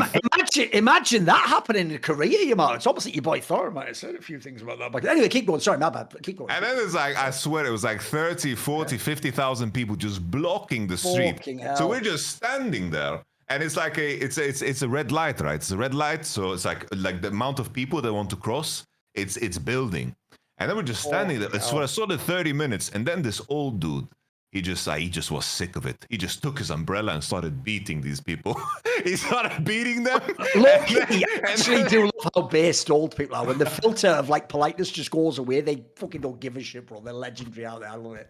And then they just pushed him off. And then there was like this guy, just like Moses, just got us through the Red Sea. You know? Just coming through. I love it. Icebreaker. We stood there with our coffee and like we didn't say anything to Ambition, but we gave each other looks and we both we all knew what was going down. Like it was a crazy moment. It was like, especially like in Korea, I feel like the older people are, I guess, based, because I got punched once by an older dude as well. Like I was just like crossing the street and then like I wanted to pass him and then he's like didn't like that I passed him and just hit me in the back. I was like, what the fuck? Okay. I will say that's actually another thing people don't know about Koreans. Obviously, in general, they're very polite. They're all about that in their culture. But as you're saying, mate, that is the one person where you don't fuck with, is the old like granddad Korean guy. Because, bro, they are the ones where, like, look, I've told this story before. I'll give you a quick contrast in how personality works, Yamato. I don't know if you remember back in the day in StarCraft, but there used to be this German StarCraft commentator with a big bald head called like, I think it was Kaldor. I think that was his name. He used to commentate StarCraft, right? And he used to go to Korea sometimes to do the GOM Code A or whatever the fuck, you know. And when he was there, because he's German, he did this thing where one time some like old man foreigner was like Korean, was rude to him because he was a foreigner, was sort of like, you know, sort of telling him like, but in broken English, like sort of go home, you know, like just go home. You don't belong in Korea. And because he's German and a nerd, he was doing that thing where it's like, like almost like he thinks he's a lawyer. Like, but what are you talking about? I am here legally. I have the access with the visa and stuff. Whereas here's the difference, Yamato. I was in Korea for ages, and I famously would go along with the fucking straight fire model Korean girlfriend. And oh, don't worry, all those old men would be giving me the dirtiest looks because their whole shit was sort of like, how dare you have that like Korean woman? You're not fucking Korea. But I'm different, Yamato. I used to like get off on that. I was feeling my ego was through the roof. It was like, yeah, that's right, granddad. Swaggy as fuck. I'd be like tapping the ass, that shit's man, bro. Like, listen, as usual, I wasn't doing much for foreign relations with the West and Korea, but I tell you what, man. I was getting hyped off that shit, bro. I was Johnny Somali in the call, bro, like ahead of his time. My man, Jesus. Sadly, I do now realise that could have gone differently. But here's the thing: I was only antagonising really old people. I wasn't fucking with the guy straight out crew cut out of like fucking boot camp. Like, yeah, you're right. Listen. Get ready to clip this. In many ways, maybe I was Johnny Somali 0, but version 0. But luckily, I got away with it. Thankfully, back then. I condemn this. I just make it clear. I condemn Thorin's past behavior. And also, to be fair, though, it actually was my girlfriend. It wasn't just a random girl. I was actually with my girlfriend at the time. I wasn't just walk up to some random girl, harass her or whatever. Despite what the rumors might be. No, anyway. So, yeah, that's true, mate. The Korean granddads do not give a fuck, bro. Their whole shit's like, as he used to say to, not Monty, but people, they would say to Americans, Yankee go home, which by the way, it's based as fucking also, as a British person, that is a good line. Yankee go home. Listen, Americans, get the fuck out. Get the fuck back to America. Anyway, at this point in time, Beishwan can go to America for all I care. I'm a Korean guy. Get the fuck out, Beishwan. You've done too much. Get out. Anyway, back on FlyQuest, though. That's what I forgot. FlyQuest. Let's go back.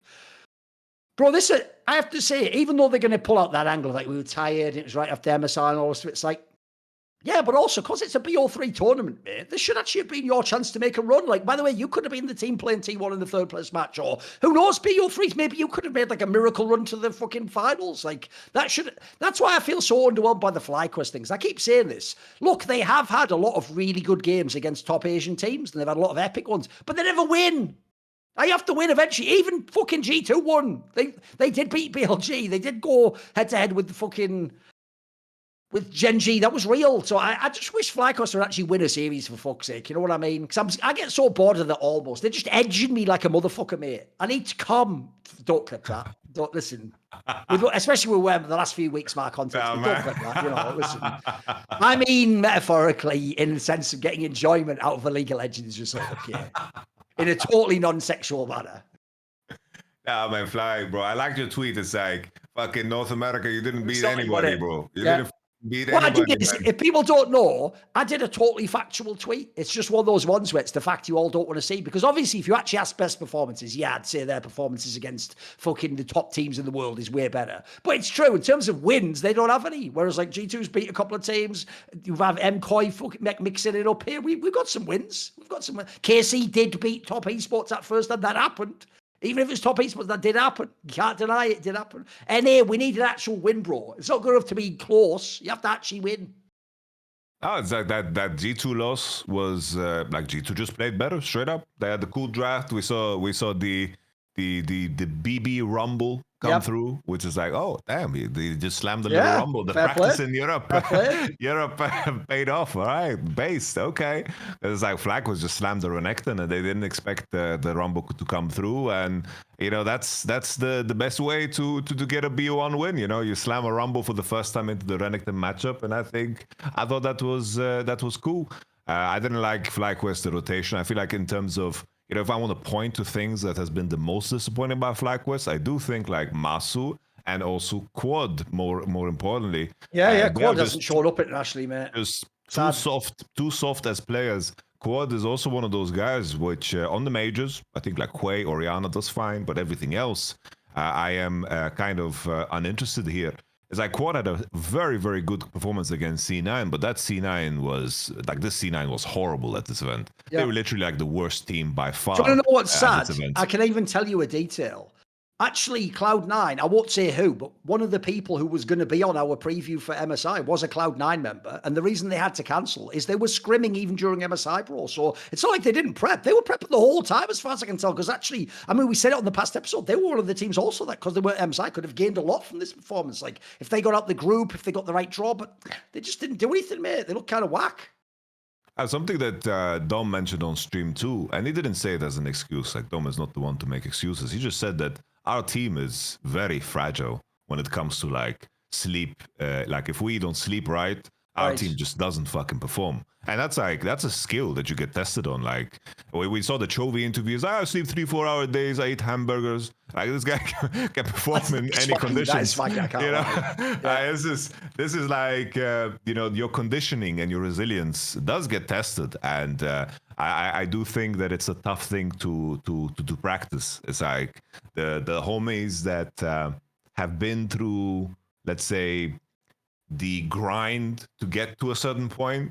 There are certain things that you just get through. It's like, but when I was playing back in the days on, for example, Dragonborns, that was like 1 meal a day. I used my spare cash to buy like just one of those white toast breads. I had my own cheese that I had to hide from everybody else.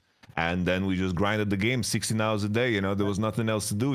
Like we were like, bro, if I didn't eat all day, that was okay. Like, but bro, it was a luxury to eat. Is no problem. You didn't have Uber Eats back then. It was just you had to actually have your own food. Yeah, exactly. No money for it either. Like, I don't even know how to order. I don't know if people actually to this day know this in the West, but like you've obviously even talked about on the show, I think in the past, one of the craziest things to this day about Germany is everything's still closed on fucking Sunday. Like, you're like, what century am I in right now, bro? This is mental. Like, you just go out and just all shut. It's the same in Italy as well. I've seen, like, you better get all your food in on a Saturday or you're fucked. Like, good luck. The supermarket's closed, isn't it? It's wild. No, it definitely takes getting used to. It's like what is the good news? I've got some good news here about C9. If what you've just said is true, then C9 is going to be sick in the summer split. You know why? They just slept through an entire event. And they got home nice and early, got straight to bed. Obviously, fucking, Broken Blade was just putting them to bed. All right, son, I'll read you a bedtime story about Rumble. Imagine if you could play that. Good night. Good night. Obviously, he put his sons to bed. Kiss him on the top there. See you, Thanatos. See you. It's the sweet dreams. Dream of being good at the game. That's also what's sad, mate. Is like, if you watched them in that split, they looked fucking dope. Even though they lost to FlyQuest, they were taking it right to them. That team didn't turn up at this event. It's sad, isn't it? Oh, this performance was really, really rough. They weren't there at all. I think GAM even performed better than them. Like, GAM had the same scoreline, but it's like I think they just brought nothing to the table. I have sympathy for the situation, but it's still, this is a metric that you're going to get tested on. Like, who knows? Maybe the road show for the LTA finals is going to be terrible. Yes. Like, now this year, you already had 2 events that were logistically a nightmare, and in terms of your planning and your prep for that, you need to be on point. It's like the experience C9 already carries in regards to how to approach internationals. It's like they have been there many, many times. It's time to really, really put that expertise to good use. This is the moment for it. They mentioned it was hard to prep for this one in particular, but I feel like I'm sure there were things that could have been done. Now, here's the thing. Since I do think there are good players on Cloud9, they're going to need to block out all this noise around them. So you know what? They could have used one of our products, couldn't they? Because if you remember, I always used to big up this product, the everyday earbuds. Well, you know what? It's back, and it's even better now. The new Raycon everyday earbuds. That's right. This new one, they've even got all features. So if you don't know, they've got all the shit. This has got the everyday, it's got the active noise cancellation, so you can quite literally block out the sounds around you. By the way, they fit really nicely inside the ears. As I say, I was never a big fan of earbud ones. I used to be the boom with the big headphones. Actually, these are fucking fire. These work really, really well. Also, they've got 8 hours of playtime and a 32-hour battery. As in, think like that's fucking sick in itself, by the way. That's going to be all you need right there. You can basically just have them in all the time, be doing it all the way. They have mega audio quality. They're actually really, really good. They have apparently tens of thousands of 5-star reviews, including from me just now. And also, you can get free shipping on every pair of Raycon earbuds. which is actually fucking sick, isn't it? Actually, if you don't know, one of the most bizarre things I would never have guessed, because this is again where I'm different, I'm a boomer. I always just want the raw dollar amount down the amount. I want the percentage off, etc. Most fans actually, because in the modern day shipping can be expensive, most fans want the deal to be free shipping. That's the deal everyone wants, apparently. So they're doing it for you. They are delivering in that sense, guys. So go to buyraycon.com/LFN, easy to remember. You will get 20% off the fan favorite, especially with LFN, Everyday Earbuds Classic. Right now, Raycon is offering 20% off their Everyday Earbuds Classics by raycon.com/LFN. This show was brought to you by Raycon, at least that segment. Shout out Raycon. Maybe I'll wear some in the next episode when I do the next ad read. Right. I think actually, yeah, that's it. Then we can leave it there for EWC. Let's swap over. There's a few different angles. Let's do LPL first. Since LPL has begun, Yamato. Now, we haven't seen much, admittedly, but you know what? This is what I actually like about getting back into, even though listen, part of me is like a CS fan. I want just the next big tournament. But I know in League, you have to, bring the levels down a bit again. Let's start at the beginning of a league. Let's see where the new rosters are at. Let's build our way up. You know what? Before we get into the games, let's do it. Let's do the dedicated IG Corp session in which no matter what happens, we will find a way to interpret it positively and somehow it's all going to work out. So if people don't know, yes, we're the guy who did look whack in winter and the first part of spring and literally was essentially fired from his job partway through so that as an emergency, Czech's Notes Beishwan could be signed. I still can't even believe that. He must have nightmares of that sentence. Like, and here we are, Beishwan replacing Way. Like, fucking year is this? Did I wake up like, did I do some Jumanji? Did I just wake up like 100 years later? So how was that possible? I'm a champion. I almost won worlds. Well, I was on the bench, but listen, Rekka's won worlds doing that, so it's all good. We're all on the bench nowadays. The idea that this guy comes to IG, I didn't see this move coming at all. Like, I get that he was on the bench, so, he's available, but I didn't actually know. I'm with you. I thought JJ was all right in IG. I didn't think he was going to be the player removed. The interesting thing is, though, I have to say, the biggest problem, I think, overall, like, look, at this point in time, they've had a bunch of problems. Like, Garland's looking fucking shit. Mako's never been good in this team, sadly. Zashai has the odd game, he's kind of crap. But I actually thought, if you looked at their squad, the biggest problem in theory is Mako. And it's not just that he ints, which he does. It's that the hype of Mako in all his past teams is he's the captain. He's the shot caller. He's the mind of the game. That never appeared in IG. I never saw it. I just saw them use their hands and people like Rookie have good games. And then they just sort of hoped it worked out on the map or we get the right fight, etc. People say Way is supposed to be the guy where he is supposed to be more of the brain jungler and he is more of the guy who's calling stuff out and stuff. So I am already interested to see how this dynamic will work because I do think IG is a team that needed some of that. Like, that was one thing I always thought was missing. But it's weird. Even though I wanted them to go like an MSI or something, if they actually had gone, they would have gotten murked. I don't think it would have been very good. What do you think of this move? Do you have some copium? Do you believe it can work? I think the copium angle, if anything, is just... like Bilibili, the environment seems very like poisoned. Like there definitely seems to be, the jungle position seems to be just a position that you get grinded into dust over time. It's like way last year, like Shun was the one that saved them at the World Championship because of the meta shift. But for the longest time there, where the meta was centered around lane swaps, the meta was centered around like AP. Yes. And tanks that required you to farm and stabilize the game more. Wei was the better jungler for this team. Shun was like, they brought in Wei because Shun couldn't play with this type of a pacing. Yes, this was he struggled with. I remember like his brand games, that the one specific one against Kanavi, where Kanavi carried on the Kazakhs, and that was like the last time we saw Shun. And the change made a lot of sense because Bilibili struggled at that MSI against GenG because they were so damn good at setting the pace of the game.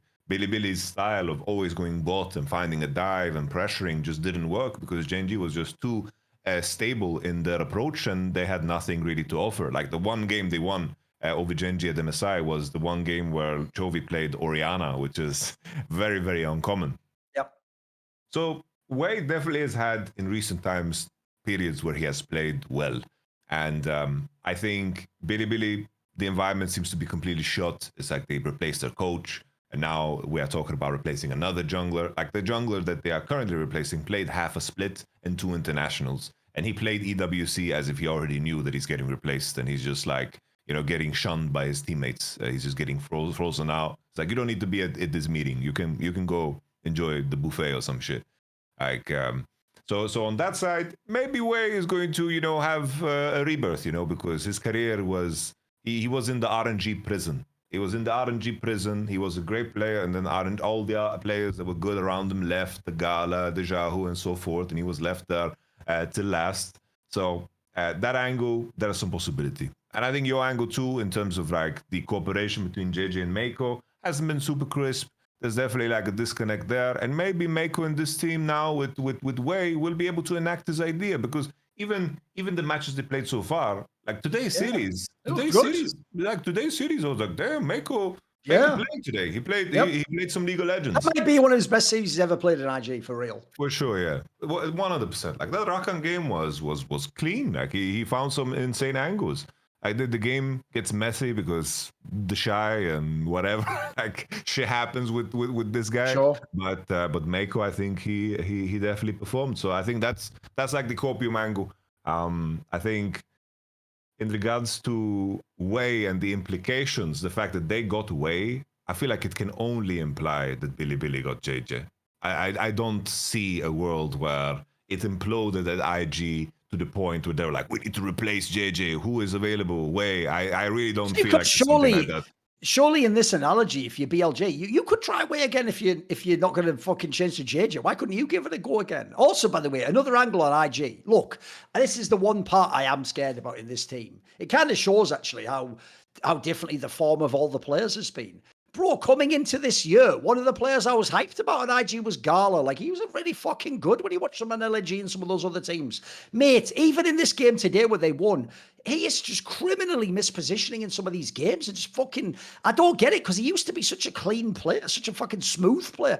He has had some really bad games, bro. He's had some ones that have screamers. Like, it's actually sad.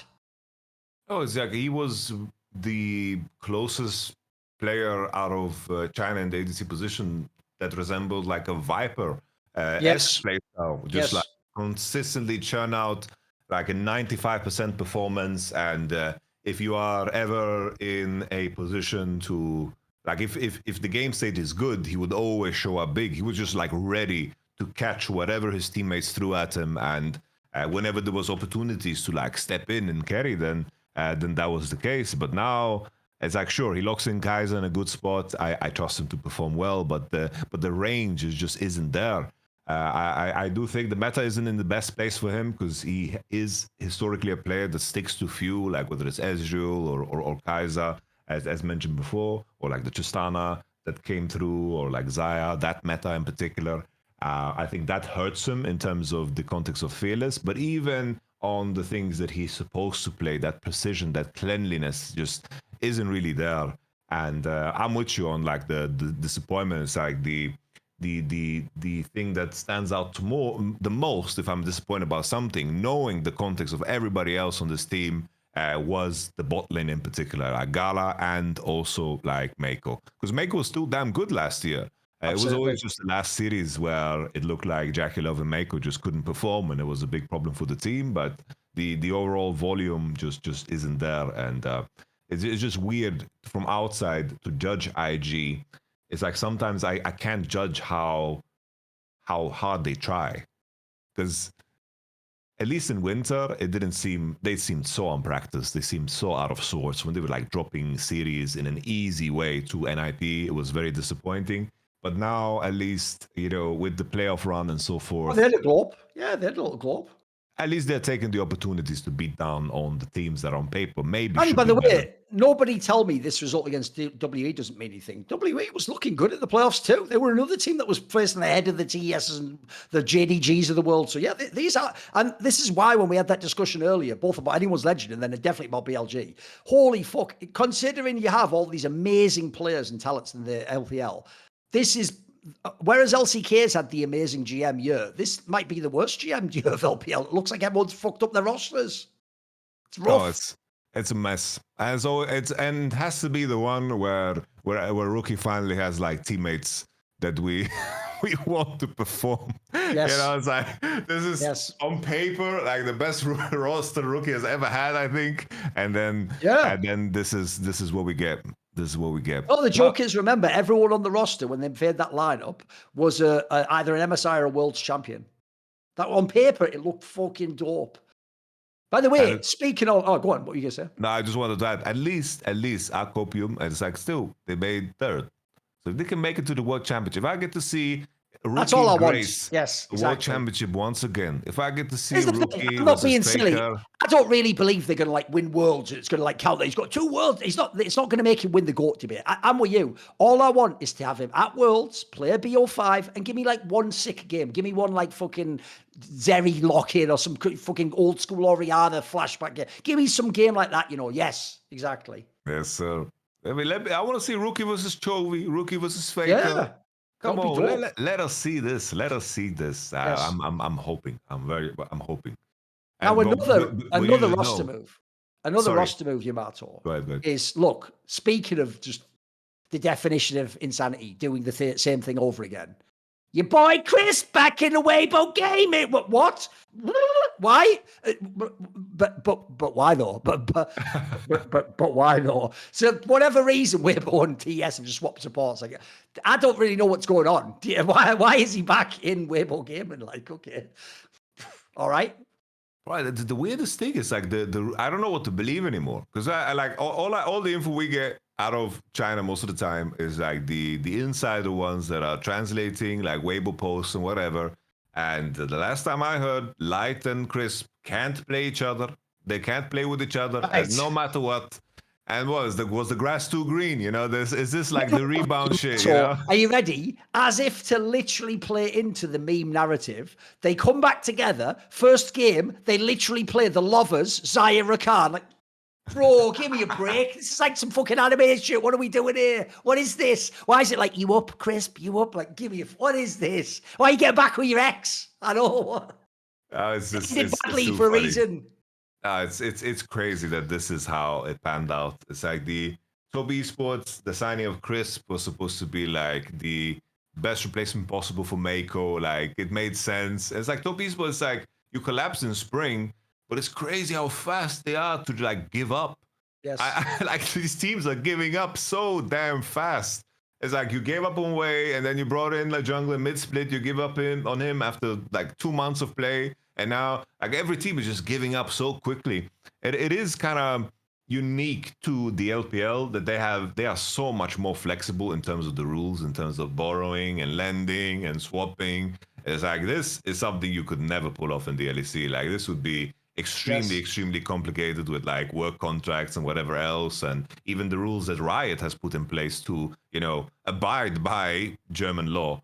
And them doing this swapperoo, going back and forth, I don't know what the goal is, because it seems like every decision is made not because they are aiming for some greatness. They are trying to stop their ship from like just falling apart and capsizing. These are not like strategic decisions. This is like, oh, they hate each other, they want to kill each other, they won't play no matter what. Okay, let's see what we can do. And by the way, the other thing is as well, look, Crisp has definitely had his times where he's entered and he's looked bad and he's been the laughing stock and all the rest of it. But the thing about this player is, first of all, he is a world champion. He has been a decorated player who's been a champion across all the tournaments, etc. Another thing I think about him as well, bro, is, I'm not even joking. If you ever look up, go online now, everyone, go into Google Images and put in WBG Crisp. This guy, mate, he is just fashion-wise in another century. I mean, what haircut does it? That he's got like a fucking Beatles cut or something for like the 1960s. It's a fucking wild haircut. It looks fucking dope. Like, it's weird, swaggy. Like, it's some Bruce Lee shit. You know what I mean? Like, but I'm not sure that's what everyone in 2025 is wearing in Shanghai or something a bit like that. It's an unusual choice, certainly, sir. It's an unusual choice. The one problem I have is this, Yamato. I do think you can't take away what he's done in his career. He has had times he was an excellent player. By the way, he had very strong mechanics at certain points in time. He's the guy where he can play the hook champion sometimes and look really impressive. One of the problems I do think he has, though, is, first of all, he has been an Inter. And secondly, he's another player I get really worried about in Fearless. Like, in this first series, the reason he was fine, guys, is he played all his normal champs. He just played the Alistair and the Leona. This is a guy where when you go to a game 5, you do wonder about his champion pool. What's he going to have in the pocket? You know, what's he going to have that he can come with as a counter? That's where I get a little bit worried about this player. Crisp, it's like looking at his career, like especially him together with Jahu. They've kind of recreated their own baby version of the T1 story. Basically, it's like they have had times where they like looked fine and then they look like shit, and then somehow in summer playoffs they just piece it together. Yes. They make it to the World Championship and they manage to make like quarters and semis. And as like the fact that they managed to make it so far is I think That's some crazy it's, dwarfs, haven't they? Like out of nowhere, it's been mate. super impressive. It's like JDG, like that 2023 Worlds, Light and Crisp was the only team that could keep up with the bot lane changes that T1 presented. Yes. That was like the main reason that they qualified to the end. And of course, like the Shy had good performances with the Graves counter into Aatrox and so forth. But they were the ones that were like, oh, this is the meta shift? Okay, let's play Kaelin Lux. Let's play the range supports. We have no problem doing this. And in the end, they got smoked in the finals. But the fact that they made finals after being like pretty mediocre through the regular split and then ramping up through playoffs, I think there's something to that when it comes to like Crisp. It just seems like when it's interesting to him, he does seem to play better, but he needs to believe that he has a chance. Because I remember that same year, that finals they played against Billy was like, he was just running it down. So it seems to be. That's also the problem. Notice that's the trend, Yamato. You count them out because they're not looking good. They make a miracle run to a final, world's final, and then they do nothing in the final. They're like, well, we're in the finals now, so give us kick up our feet. You can have it. You take the title. It's all good. We're not going to do it. We're already here. Who gives a fuck? We're on holiday. It's mad, isn't it? We're gonna do the armchair psychologist shit. He strikes me as a player. If I just interpret it through the game, I'm gonna psychoanalyze him completely. He just seems to be like the type of guy that just doesn't give a fuck. He doesn't give a shit. Look at his haircut. He doesn't give a fuck, mate. He's like, I don't care. Bro. Fuck bad. I'm here. I'm Crisp. It's just like a humanoid fucking, I don't know, Yagao mix, I don't know, like, but he actually steps up to the plate and then gets to Worlds and then fucks off when it's over. But Hang to top esports, like Hang is not a support that I think like breaks ground too much in the way he plays. Mechanically, good, decent. I think that he's always been behind the others, though. He's always been behind the ons and the Makos. He's always just been one step behind, right? I feel like he's not like quick enough on the map. I don't think he reads the map fast enough.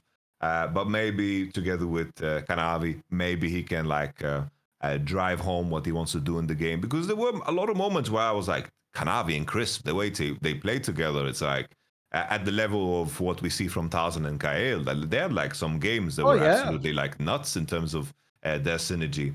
It's just like these are the moments where I just wish we had like the inside scoop and the inside story. Where's the guy who climbed in the trees and spotted Uzi? Like, did he know? Can't he like bug these officers? I still can't believe that's get information. I know, it's so nuts, isn't it? Because it's like something out of a comic, you know, like you're shimmying up a tree and looking in with binoculars, like, hey, that's Uzi Eye in there. Like, what are you talking about? On a walkie-talkie over Uzi Eye's inside the building. Over. Who the fuck is this man fucker? Because by the way, what are you supposed to do with that Yamato? Like that manager didn't do anything wrong. He can't have like blinds down all the windows. Like bring Uzi Eye in with a bag on his head so no one knows where he is. Like, what are we doing? Like that is the most god tier like journalism I think I've heard of in esports. It's like just climb a tree and look inside the building. Like give me a fucking break.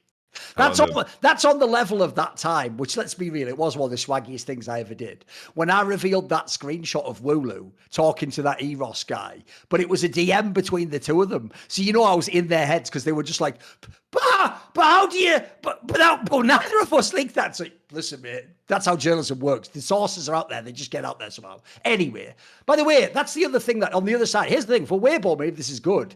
I don't know for TES on this one, though. Remember, TES, right up until the playoffs, was a really good team. They were the best team in the fucking winter split. They're in a tough spot now, Yamato. Like, they look like they've downgraded their roster. Like, doesn't this sort of feel like they're just going to be, like, competing for the last spot for Worlds or something? You know what I mean? Like the third or fourth or something? It's so strange because it's like similar to Billy, like the individual performances. Like, I can't remember Jackie Love ever playing this bad. I don't think there was a single not year the LPL, where we especially. played. No. Like I don't remember like for a long period like this. And Cream has just been steadily getting worse to the point where like his classics don't even stand out anymore. Like if he locks in the melees, sure, here he played decent, but I am not convinced of 2 series wins. Like I'm not convinced. Yes. I was like, I'm not gonna bite the bullet here. Like I need to see No. more. I need to see it make sense over a longer period of time. Because LPL has been so up and down, and top esports has been like at the center of that, definitely. Like I just want to see Cream and Jakob actually, hit their own personal like standard. They're very talented players. They had such a better floor in every past year. Like it needs to be attainable. And someone that we praise so much, Home, it's like, bro, like what else do you need? What else do you need for this team to like do well? Like this is your chance. Like this is your moment. Like you have NAVI 369. It's like what is the actual issue? You have zero excuses. Like you gotta get shit done. It's kind of similar to Fnatic in a sense, where it's like, oh, you got Mickey now. It's like, what the fuck is your excuse now? It's like, you gotta perform or just fuck off it away. No, I'm with you. I think it's even a great analogy, because the problem with Fnatic, it's why a lot of people do think about things like the coaches or performance coach or how are they practicing. Because you look at the roster and you're like, what excuse do you have? Like, you're fucking amazing player. I agree. If you have just these 3 players, 369, NAVI, and Jakob, bro, you have like contenders for best in their role in the LPL there. Like that already should be enough to win. And then it's not like Cream was a bomb in the past. He was a pretty good fucking player in the LPL. And obviously, once upon a time, they had Crazy, but he was a good player. Like, they had some fucking good players before. By the way, especially because remember, in this split, in the last split, they did the Ascend group, but it was 10 teams. This is the 8-team Ascend group one, guys. This is like in the LCK, this is the dope one, where there's no bad teams in theory. Like the FPX one's a bit more dodgy, but mate, this is the banger group. Like there's no easy games here. You don't get those random shitter games against like a Thunder Talk where you just score an easy win like in past years. You have to be good in these groups. All these roster moves, you're going to get tested immediately, mate. There are no easy weeks. That's why I keep telling you I love the Ascend group format, because I just watch those games. I don't watch the fucking other group, mate. I just watch the like non-stop bangers. It means almost every day I get a banger,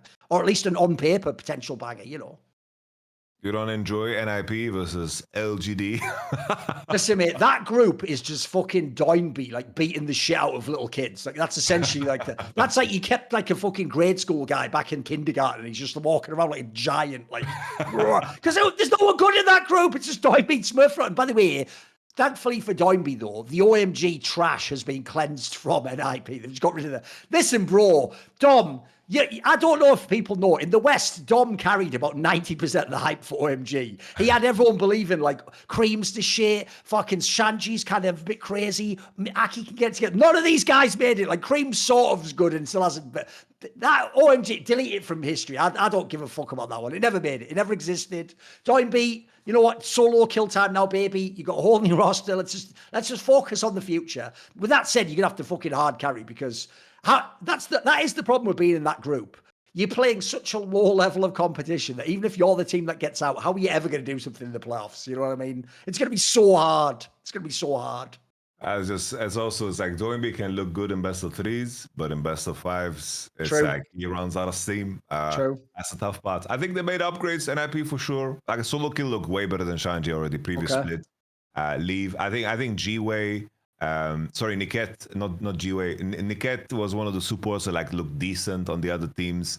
So it's like, okay, but I'm with you. I don't think they're gonna make a splash at all. The big match is going to be NIP versus EDG. That's going to be the hallmark matchup. By the way, this is how fucked things are for NIP. I was trying to think. Bear in mind, they don't even get like big name players at this point in time. They just have Doinby, basically. I was trying to think, what possible angle could they have to improve? So I thought, you know what? And I've just Googled it. I've got some bad news for you. The only angle I can think of that they could improve by, it's not possible, because when I Google it, apparently polygamy is illegal in China. So you can't just get married to another person as well, Don. You get another wife buff. I was going to say, let's stack like 2 or 3 wife buffs. Then let's see how it. Apparently, it's illegal, so you can't do it. So sorry, can't Jesus. So this ain't Utah, homie. You can't. It ain't gonna happen for you here, Doinby. So just listen, settle in, have some nice games. Have a couple of good Rise games. Show us a thing or two. But I'm sorry, you aren't doing shit. You ain't going to Worlds. I'll tell you right now. Even though I know, I know. In winter, we all believed, mate. You made us all believe. Now we don't believe. We're just going, well, enjoy being in the shit group, and I'm glad you played the game still, but it might also just be the last year of your career. You might just pack it in after this one, I'm afraid. Sad in it. But people will forget now, bro. He really was really good in that group stage in the upper bracket fight. He was fucking good in winter. He did have a throwback.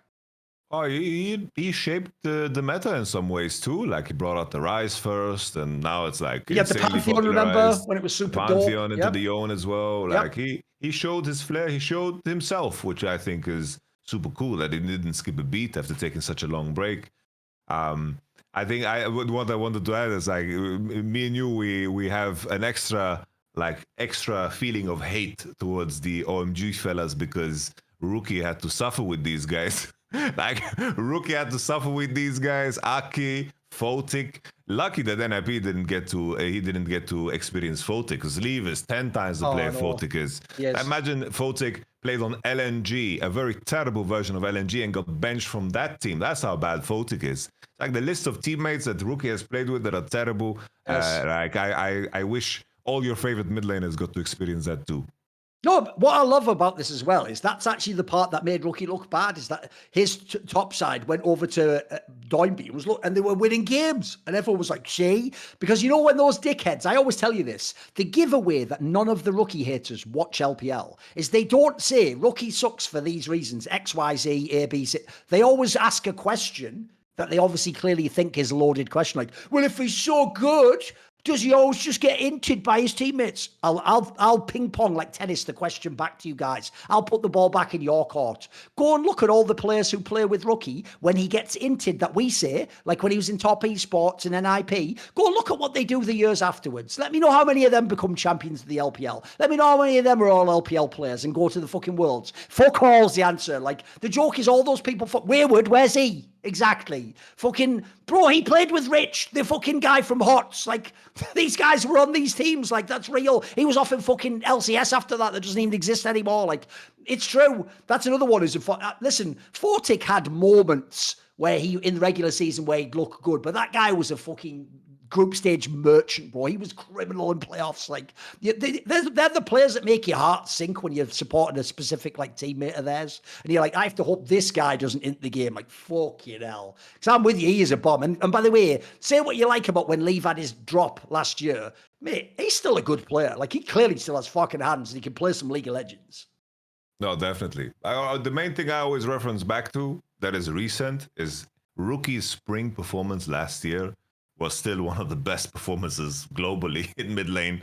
Like what he did to drag NIP so far into playoffs was incredible. Like, he was basically doing the Chovy thing in the LPL, but just couldn't cross over the finish line because he didn't carry hard enough in that Game 5 Koki. But his Aurelion Soul games, it's like he was just back and forth, and he's dropping carry performances still to this day. So I'm gonna still be a Rookie enjoyer today. You know, like in both series that he played, he was dropping solo kills. You know, like Rookie is still our guy. So I'm excited to see what's next. Something we can talk about. Go on.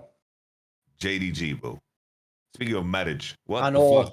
What is wild, isn't it? Happening there? It's like they got rid of their coach, and now they got rid of Ale and Missing. They're just getting rid of everyone. It's a fire sale or something, isn't it? What the fuck's going on? Crazy. Here's the thing, Yamato. I get the Missing one. He was playing badly. The Ale one's like, mate, he's a fucking good player. That's a piece right there, mate. There's a lot of teams would like that player.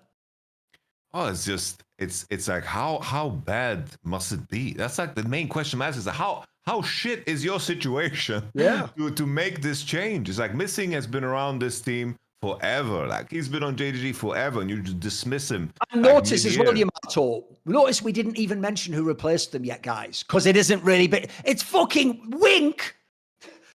What? Well, listen, Missing wasn't good, but Wink is coming in, and then the top laner is Zhao Zhu, which, by the way, I understand Zhao means like little or whatever, but like, brother, please stop all just calling yourselves the same name. There can't be 700 Zhaos. Like I said before, is this the mumble rap scene? Like Lil so-and-so, Lil Zhu, Lil Jabang, Lil Zhao Labang. Just say Lil Joe Biden? It could be Little Joe Biden. I didn't say it. I said Little Joe Labao or whatever. But yeah, it's all good. It's all good. Little Elon Musk, whatever. Zhao Elon Musk. That's it. By the way, Zhao Elon Musk, that's your pretty sick name. Take that one. Zhao Elon Musk. That's a fucking game. Zhao Ma, whatever. It's all good. Oh, man. Because that's another thing. I look at this JDG roster, mate. It's like, bro, if you're Jun Scout and Pace, you better go to work this split. You are going to have to fucking carry some games, bro. You're going to have to carry.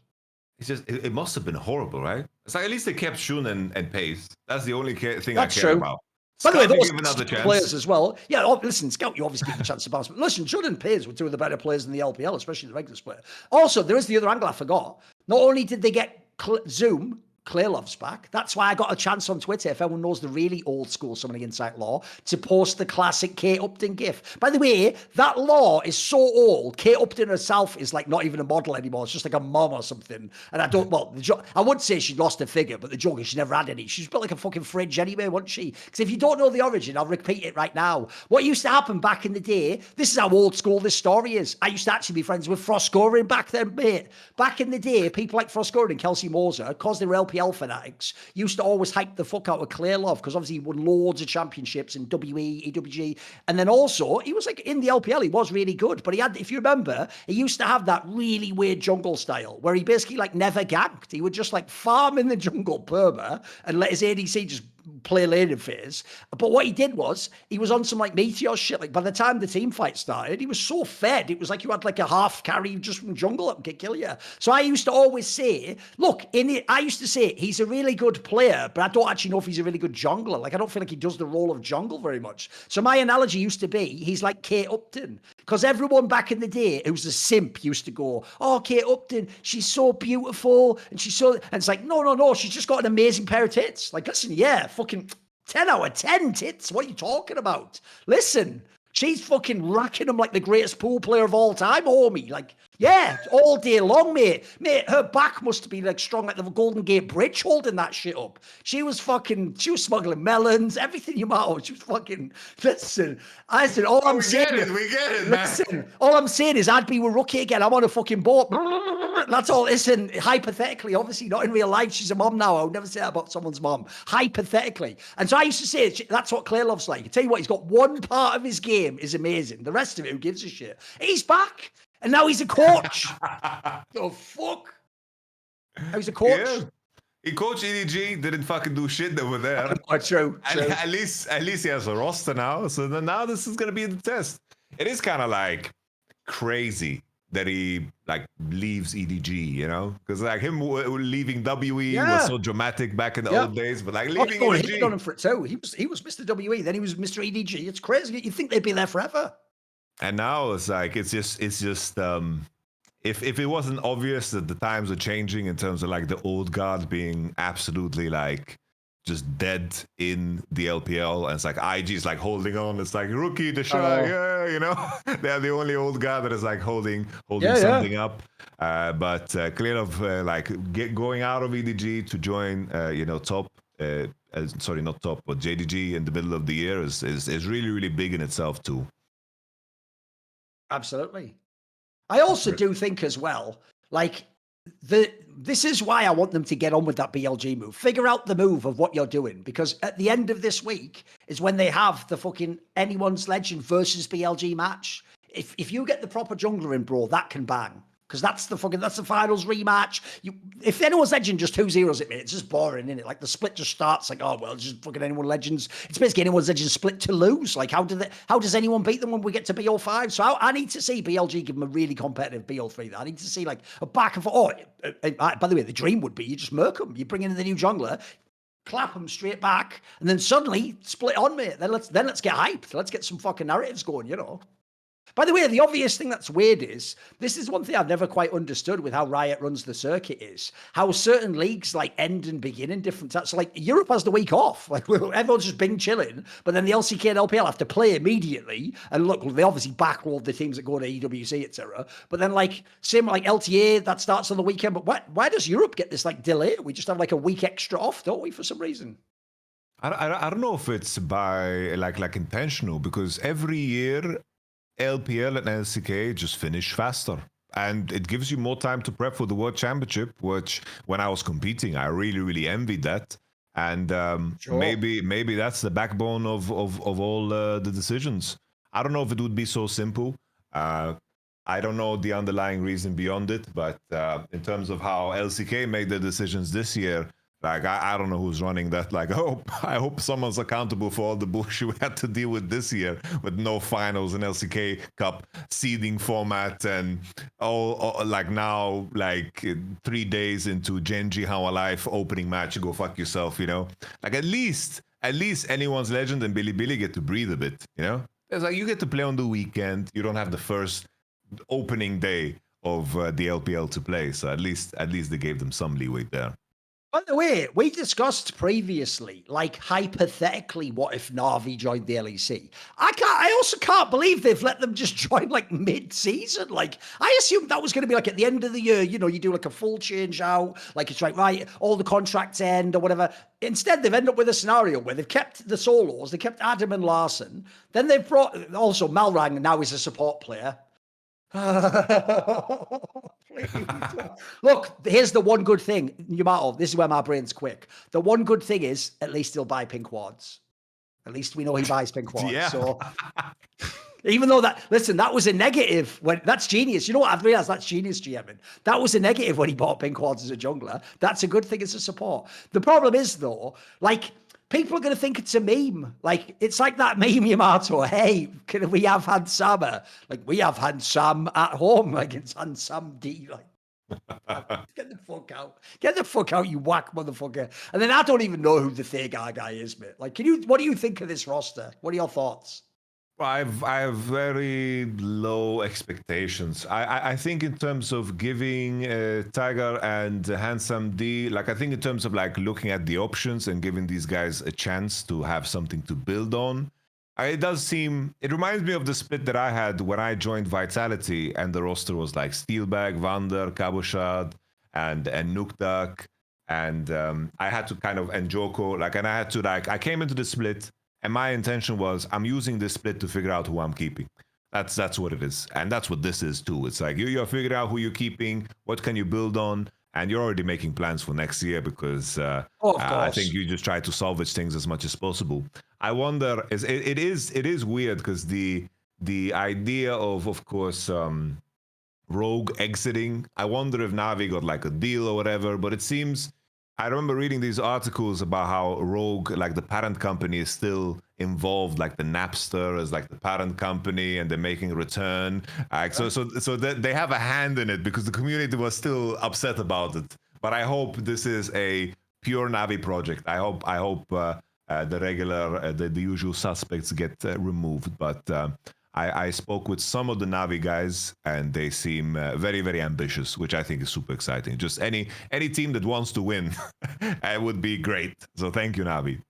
The joke being, and this is a really old school joke, Yamato, so it might even be before your time, but you'd be the only person on this show who'd get it, is that would be fitting though, that their parent company is the one that bought Napster. Because if no one knows, back in the day, Napster, one of the original like file sharing programs, a notorious thing about it, because it was the early days of the internet, is people used to get songs and just mislabel them as other bands. And so you'd think you would get like the new Linkin Park track, but it'd be like some other new metal band, and someone had just done that to troll you and make you download it. That in many ways is how they managed Rogue. They were like, oh, you want that really sick Rogue? Here's Rogue. And they give you all these whack players. What the fuck? And by the way, as usual, when I don't have any game analysis, because here's the thing, I actually did watch, I have seen the Thega guy actually. I saw him because he was in the Barca team that had like a decent EMEA run in the last split. But I obviously haven't watched him in depth. But I would just like the producer, just please, as usual, I love analysing just the photos used on Gamepedia. Please bring up this image of the player who is Thega. All I'm going to say is, listen, that is an incredibly bold choice on that mustache, Yamato. I want this to be on screen right now. Bring it up, please, producer. I'll wait. What's wrong with the mustache? How long could this possibly take? The skills here are just non-existent, aren't they? It's just like add image, move to file. It should probably even be drag and drop in the modern day. What are we doing? What technology? You know what? Next year there'll be an AI producer. I can just tell. There'll be some fucking... Be like, hey, Grok, can you bring up think immediately, Thorin? And also, can I just say you are right? And Yamato was gaslighting you on that. I was like, oh, thanks. No, because you know all the AI just gaslight you, don't they? You're right, and then like you're the fucking god or whatever, you know. It's like, yeah, look at that. Listen, mate. This guy, that is a saucy mustache. Like, and then he's gone with the little musketeer, like the little lower bit there, like, ooh. He looks almost a bit French. What are we He's doing actually here, Thorin, man? It's a handsome dude. Like, let the man play jungle. Like, what are we doing looking. here? Listen, he is a good-looking guy. I'm just saying, he's feeling himself with that look. He's coming in bold. You know what I mean? No, He's that's a badass look, bro. That's a player you walk on stage. It's the opposite of like the Doran look. This is a person that's coming up to I do realise, the more you say it, I do realise this is more like some shit you'd go for in your youth. This is when you were young, full of vitality. Well, before you joined Vitality, but this is when you were really feeling yourself. You'd have rocked up with some shit like this too. When did your beard start coming in? Maybe that's the funny thing. I didn't actually have a beard for a long time. I was one of those people who was like, I was the nerd where I used to always go clean shaven. Actually, if you watch this show even, and then I think in my last sort of like maybe 7-8 years ago, I sort of really figured it out. Got the full beard going, and also I'm the character Thorin, so I have to have a fucking beard, don't I? Of course. And I knew that worked better for the ranting and being the old man and all that shit. The reason I bring it up, this is a young man with a beard, bro. This is like lack of beard insecurities that are coming through here, Thorin. From your youth, they are just coming through. I'm just hating. I'm hating. Yes, bro, I'm just summoning insight to just break you down and just like get all the pieces, you know. The inside of the mind of Thorin, and now I just found a very important piece. You found the soft spot. It's like I used to be. I was beard shaming him because back when then I couldn't grow one. I was hating on him. Yeah, true. He was called Thorin, but he had no beard. Exactly. Now I'm trying to gatekeep everyone else who has beards. Like, no, you're not better than me. You're not better than me, thing. Just because your name begins with TH and you got a beard when you're young, you fucking fraud. That should have been me. It should have been me all along. Also, look at this new image you brought up here. He has some like full chain, some swaggy chain on. Listen, this guy's feeling himself. I'm telling you, he's coming in. He's had a few cocktails before the game. He's feeling himself. He's making it up now. Obviously, yeah. He's just he's spitting Riz to all the women. Oh, you doing, babe? Maybe after the game, anyway, see you at the Nexus. Whatever. He's doing whatever he wants. I did watch a couple of games though. I think that there's talent there. There's talent there, Like I think in the conversation, because it came up, it's like everyone was talking about how Velja like should have joined or could have joined or whatever. Oh, sure. Like this is one of those guys that I could see like even being, like in terms of having the basic fundamentals of the game down. I do think that he's there. He's playing jungle. He's playing jungle. I think that it's a player that could, do well. But then again, it's like in terms of what the format is, like there's a world where this guy gets to play for 3-4 weeks and then we don't never see him again. True. So I hope that shit doesn't happen because he's taking a massive fucking leap of faith here. This isn't the same as like when Mebdi came in. This can doom your career. Yeah, this can fuck you.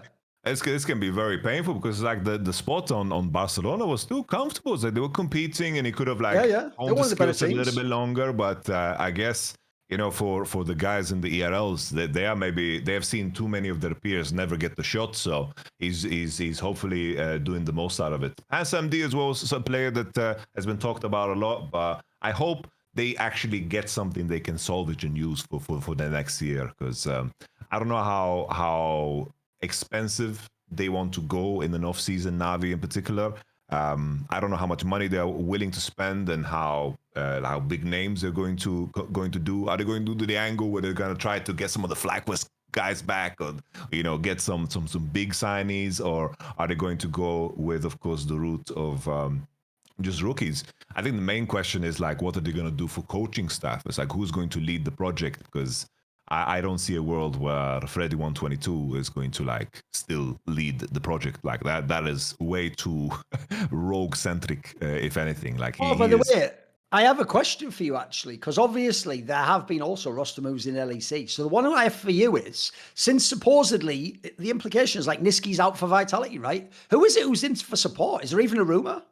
So it's so basically they wanted to put in Fleshy, so it's this Vitality support player, right? He was in KC as well. He has like history of being on different ERL teams and like doing quite well. And the issue why he couldn't play in spring and why they got the Niski idea was because the visa for Turkish players is insanely like difficult and complicated. Right. So now I believe that my information, my read is that they actually managed to figure it out for summer. But that part is a whole nother conversation because it pisses me off how they just sold Hilly, It's like from speaking publicly and defending him publicly and having the whole vision about Hilly, and then for him to have a send-off like this, a legendary player, one of the best players that Europe has ever had in terms of career, and then he just gets replaced for someone that switches role. I'm not blaming Niski, switches role, and then there wasn't even a long-term plan here for Niski. no. And they finished worse. They didn't even make playoffs. So what was the point of selling Hilly and throwing him under the bus when he should have, like, you know, a hero's fucking goodbye, you know? He should be allowed to be on the Viking ship that he turned to fire, and, you know, it should be a big fucking celebration. Instead we get this shit that this really upsets me, Thorin. It really makes me angry. You know what? Even if in the end Vitality say hello Flesh E, I'm gonna say hello Fresh. Listen, they cannot listen.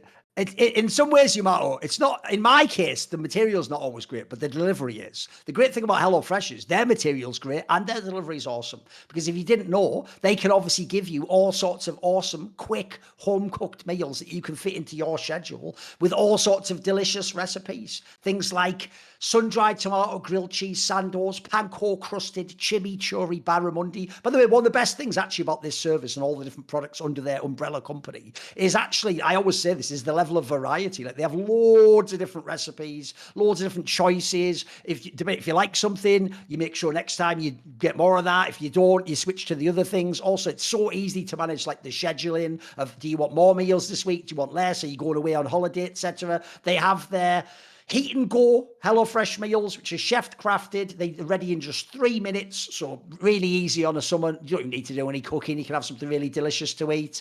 They have all sorts of high quality ingredients, including produce that comes from awesome farms straight to your doorstep. Then you're eating it next thing you know and enjoying all the excellent ingredients inside of them. Up to 60 recipes every week. They have the prep and bake. They have the ready-made meals. They have 100 market items to add on to breakfast, lunch, more. One of the best things about this, by the way, is if you've ever used this service, I'm telling you, I'm a picky eater, but you will almost certainly find some meals that you enjoy. And in fact, I'm going to make a prediction, because this is what happened to me when I used it, is you will find some that you actually didn't expect, that you just thought, I'll give that a go, I'll chuck that in the box. And you will find, because the ingredients are awesome, because they blend it really well together, because the recipes are so, they're literally chef crafted, because of that, you'll actually maybe find some things you didn't even know you liked. Maybe when you made it, you did a bad job of it, or maybe you had like a low-class version. So, but with high-quality ingredients, you might actually expand your palate a little bit and enjoy it a little bit more.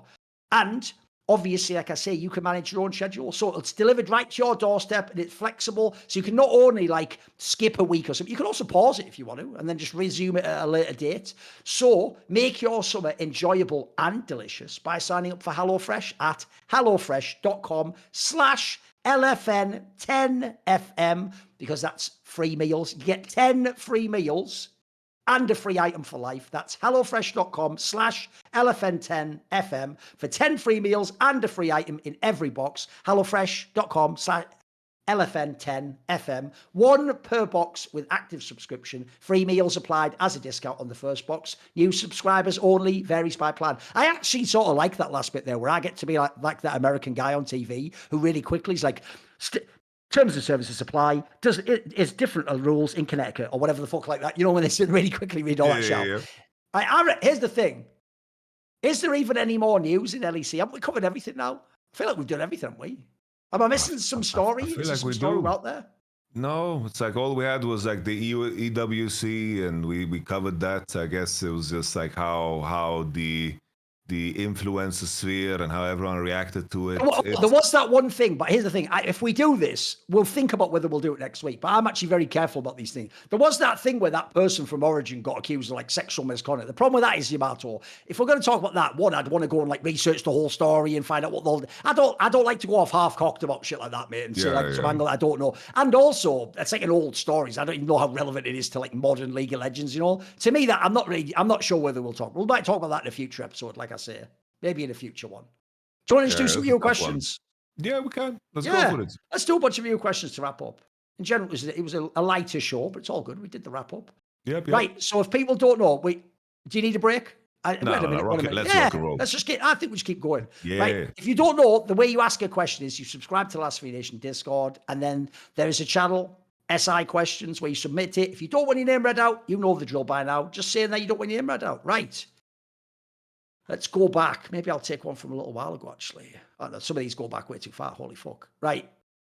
Zabel, some sort of like Polish type name. Oh, wait a second. Wait a minute. Wait, oh, that's it. I had the wrong channel open. Thank God for that. Okay, there you go. There you go. Big Boy asks, what is the best piece of advice you ever received and how did it change your life? Because you seem like a guy who likes, you know, quotes and fucking, if an older guy in your family tells you something, I'm sure you take it to heart and stuff, right? No, there's like there's been many crucial moments, definitely, but something that stood out to me was there was we worked with someone called Joel Abati, and he was our performance coach in Vitality temporarily because it got into an altercation with security at the LEC, and they just barred him, like, because basically what happened was just he wanted like our support to pass, but he didn't have a badge, and he's like, yeah, but he's with me, and then the security wouldn't let him go, which to some degree is understandable, but it's like at the same time didn't make sense, and that pissed him off, and then whatever.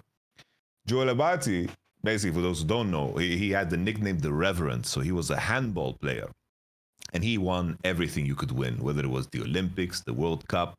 He won the Bundesliga. He won basically from a city called Magdeburg, where basically he was like the first, the black man to ever be in the city, and like he was basically treated in a racist way, and like they were very racist towards him, but he won them over because he played so fucking damn good. Oh, wow. Okay. He let the game speak for itself, and he was telling me all these stories about what he went through and so forth.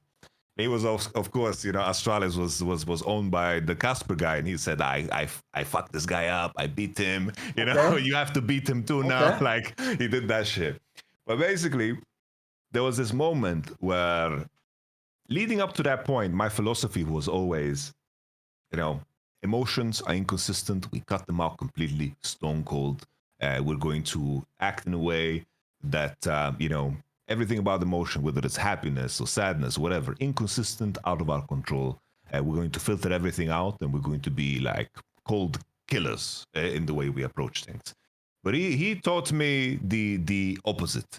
Basically, that emotions is like the most powerful form of being, and also the most powerful source of motivation. That heightened sense, depending on who you are, finding the heightened sense. Maybe you perform best when you're angry. Maybe you perform best when you are excited. Maybe you perform best in a certain state of mind where your emotions are accelerated, like heightened. And at the same time, when you feel a genuine love and connection to the players that you play with, and as you walk into like any game, any sport, any moment where you have genuine love for the people that you go into battle with, you are going to also have a heightened sense of responsibility to do more. It's like the more personal you make your performance, the deeper you can go. And he was basically telling me, he's like, he was pushing me, and he was pushing me like physically. So I got like this adrenaline rush, and he's like, you need to have fire. You need to have emotion. It was like when most people hype up the MMA fighter and they're like, come on, and like punch them in the chest. And they're like, come on. It was fucking from out of nowhere. I was like, what the fuck? Yeah, my heart started beating, and I was like, you need to show love. You need to have fire. And it just clicked. It just fucking clicked to me, that it's like it's not about suppressing emotions. It's understanding your state of mind and what you need to connect to actually be your best version of yourself, rather than disconnect. It's more about, you need to understand your demons and your angels and make them work for you all at the same time, in essence. And that to me is unforgettable. Like, his time was short in Vitality because of what I mentioned, but that guy is just an absolute legend. Joel Abati, anyone can Google him. I don't know how Vitality convinced this man to join through, but what a damn legend. I will actually say, in general, it's not that I've like had specific advice given to me that was like super awesome or whatever, but I will say I'm someone who tries to like find great quotes from great thinkers or sports figures and think about them as if they were advice. So I'll actually twist this question a bit. One of the most important pieces of advice I ever read, and this actually has been next level for a lot of my life and my career, was there's an amazing basketball coach. He's like a legendary figure because he was the UCLA coach, as in the University of Los Angeles. He was super successful. He won loads of championships and and he had this great piece of advice where it went like this, Yamato. It said, if you don't have time to do it right, when will you have time to do it over? And that actually just blew my fucking mind. Because I was the sort of person who automatically, if I don't know how to do something, I'll just do it like really quick, half-assed. And then afterwards I'll go like, fuck, it didn't work. Like, no, what could I change that? And the genius of this advice is if you're that sort of person, it's clever because it actually taps into the fact that you don't want to waste loads of time. You want to get it out of the way. So what he's basically telling you is if you actually take a little bit of time and think of it and go a bit slower and do it properly, it will actually be the fastest way to do it. There's a similar piece of advice people probably know where they say something like if you go slower, you're smoother, and smoother is quicker or something. It's like a similar piece of advice like that. Like I actually think that's a mind blow because what it made me do is when there were things I would do half-assed, it is true. If you do it half-assed and you completely fuck it up, you have to do the whole thing again. So now you have to do it 2 or 3 times. Whereas if you'd have just taken a tiny bit more care and attention, 1, you'll probably do a better job of it. And then 2, actually you won't have to do it a second time. You won't make the mistakes. Or it might seem like, again, a simple piece of advice, but I do think that, to me, that was mind blowing. I had the opposite mentality to that.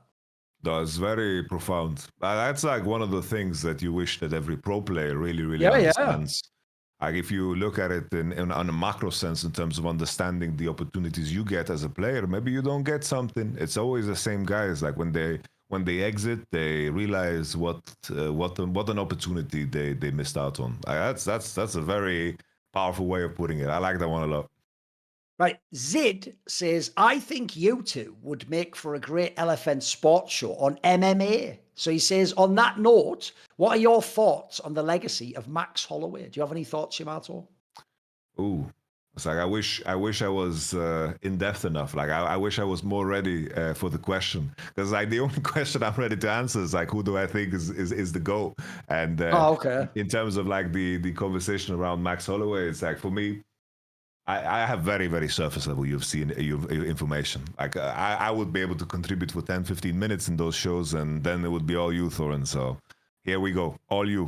What do you think about Max Holloway? But this way, I do look, now obviously everyone loves him because he's like the BMF champion and he is a fucking sick fighter and he always gives like great fights, etc. But I do think he in history he's actually been an underrated fighter because generally he only lost to like GOAT type figures or like champion level fighters, and he has a lot of really impressive. I mean, he's beaten Jose Aldo a whole bunch of times. He has an amazing resume of fights that he's had, and because he's one of those people who came in the UFC very young, actually. Like he was super young. Like when he fought Conor McGregor, he was really young. He was way too young at that time. He hadn't like peaked as a fighter. And he is, by the way, one of the best stand-up fighters and boxers probably ever in the UFC. He's really phenomenal at that aspect. And crucially, I actually think, bearing in mind, he by the way, he was a champion if people don't know, but because in the modern day, there's been a few people who've been like slightly ahead of him. I also think it's so perfect that he became the BMF champion. Like his style is that he does the Rock'em Sock'em robots, which is what everyone wants to see, and having the balls to sort of let people have a chance to knock you out so you can knock them out. That is exactly what that belt should be for. I think the fights they've had have been awesome. They've set up these really good on-paper fights. And so,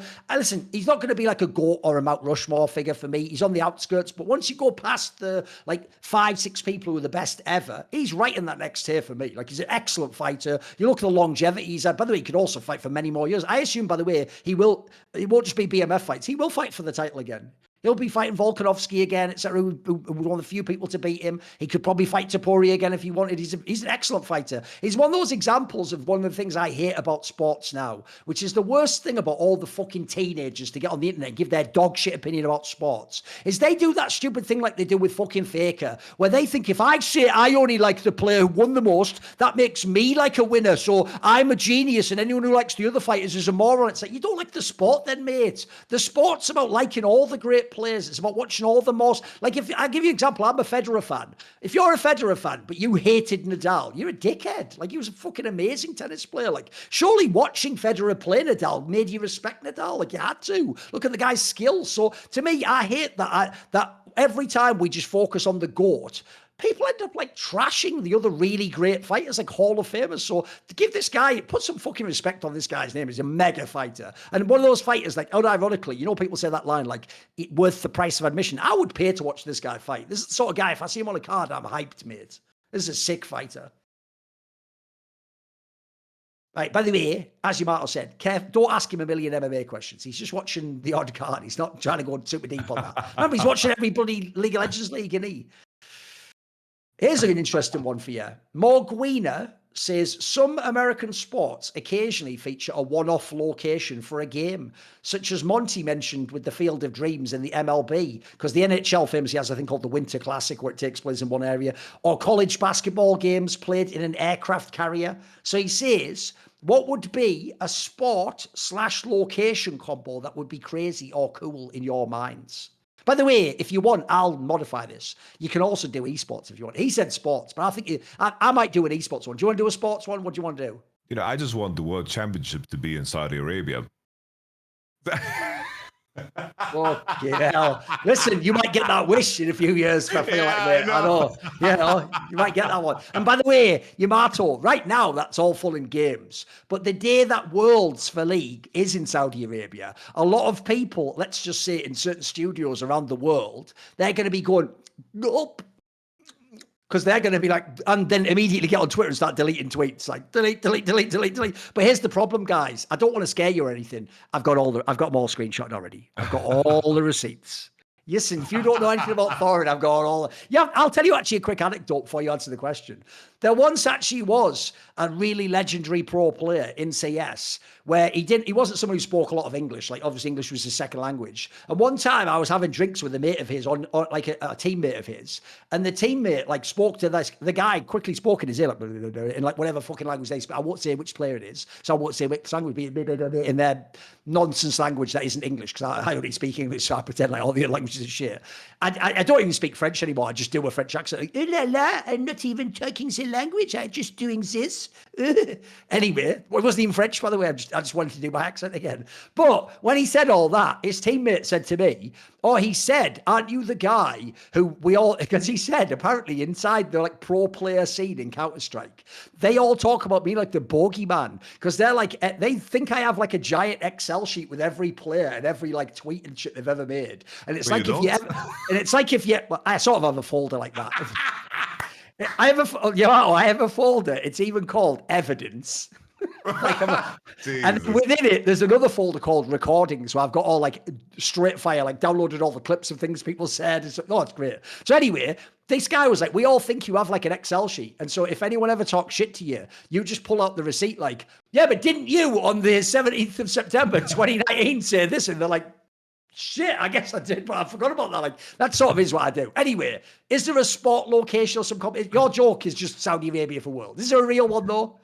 Is there any sport you've ever wanted to see in some epic location? I don't know, like the synergy that I would love to see is just like I don't care too much about crowd sizes. Like I want less people there. Like I would want it to be I would want it to be at some kind of just insanely legendary backdrop, you know, like whatever wonder you might think of, you know, whether it's like in front of the pyramids in Giza or like in front of Mount Fuji, and that's like the backdrop of anything. Like if there's a UFC arena and then the backdrop is just the Mount Fuji and you see the clouds and you see like the I was about to call it spirit blossom, but like the leaves on of course the cherry blossoms the or whatever, cherry blossoms.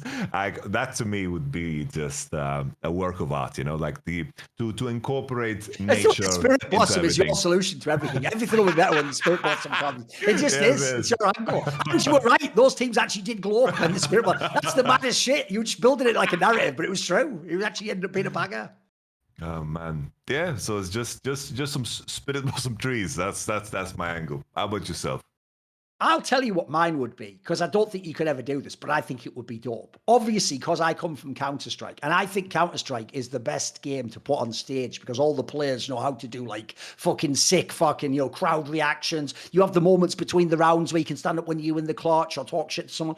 I want to have a very unique style of event because we've already been in stadiums and fucking theaters. What I would love to do is this, Yamato. I would love like a bit like concerts where you do it open air. I think a dope thing would be if you had a giant CS TS match, you know, like FaZe versus fucking pick a Vitality or something, but you did it in Times Square in New York. Think about that with all the screens behind you.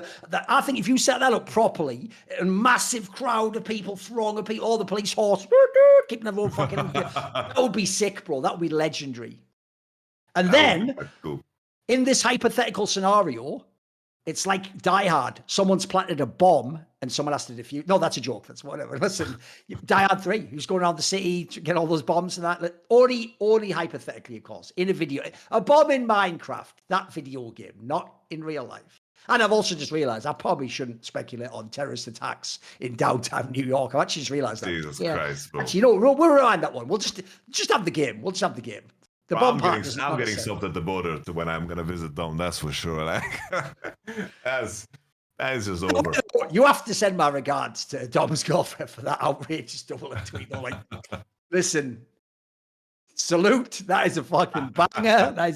That's some legendary shit. That is some legendary shit. Right, next question. Just a random thing. Sorry, we did tell you, right? Did we watch the Yo breakdown of the double lift? Because when he visited, me, Rachel, Gillius, and she watched it as well. Oh, right, that's what I to think of it. Right, okay. Yeah, we watched it together. Right, okay, fair. Oh, in that case, she was well prepped. Yeah, she learned from the best. I get it. Okay, right, let's go. Right, iMac says this is mental. If LFN got a team in the LEC, I mean, that's already an outrageous notion already, but okay. Would you name it the team formerly known as TSM? Now, that's not actually that funny. Come on, that's just like, you know, that's like a fucking 5 out of 10. What? That's a 1 out of 10. Let's be. No, I wouldn't. So there you go. That's an answer. That was quick. That's quick. Here's a better question. Mike says, and this is a good chance for you, Yamato, since we've all been dissing on Showmakers, this is a great question. This is going to be for you, what are the most iconic Showmaker champions? What would you pick? Syndra, Swain, definitely Swain. Swain it's unusual, but you go watch that Worlds game, it was interesting for sure. Yeah. Zoe is something that stands out too. Yeah. And then I have memories of Showmaker LeBlanc as well. Definitely, yes. I think you've nailed them all, mate. Those are the best ones, right? That's what comes to mind. And it's like maybe like borderline Silas, but not really. I do also think the underrated one, because I've just done actually that video like on Caedrel. I did one of those ones where you do the Champion Association. And what's funny is that's also what was one of my shout outs is that was the player I picked. The 2 players I picked for Zoe was Niski in Europe, because I always thought he had a mad underrated Zoe, and Showmaker. Bro, Showmaker had a crazy Zoe. He was really sick. Back when that champion was busted as fucking, you had like 3 flashes, it felt like. Like, he was a demon on that. You're right. Okay. Wait there a second.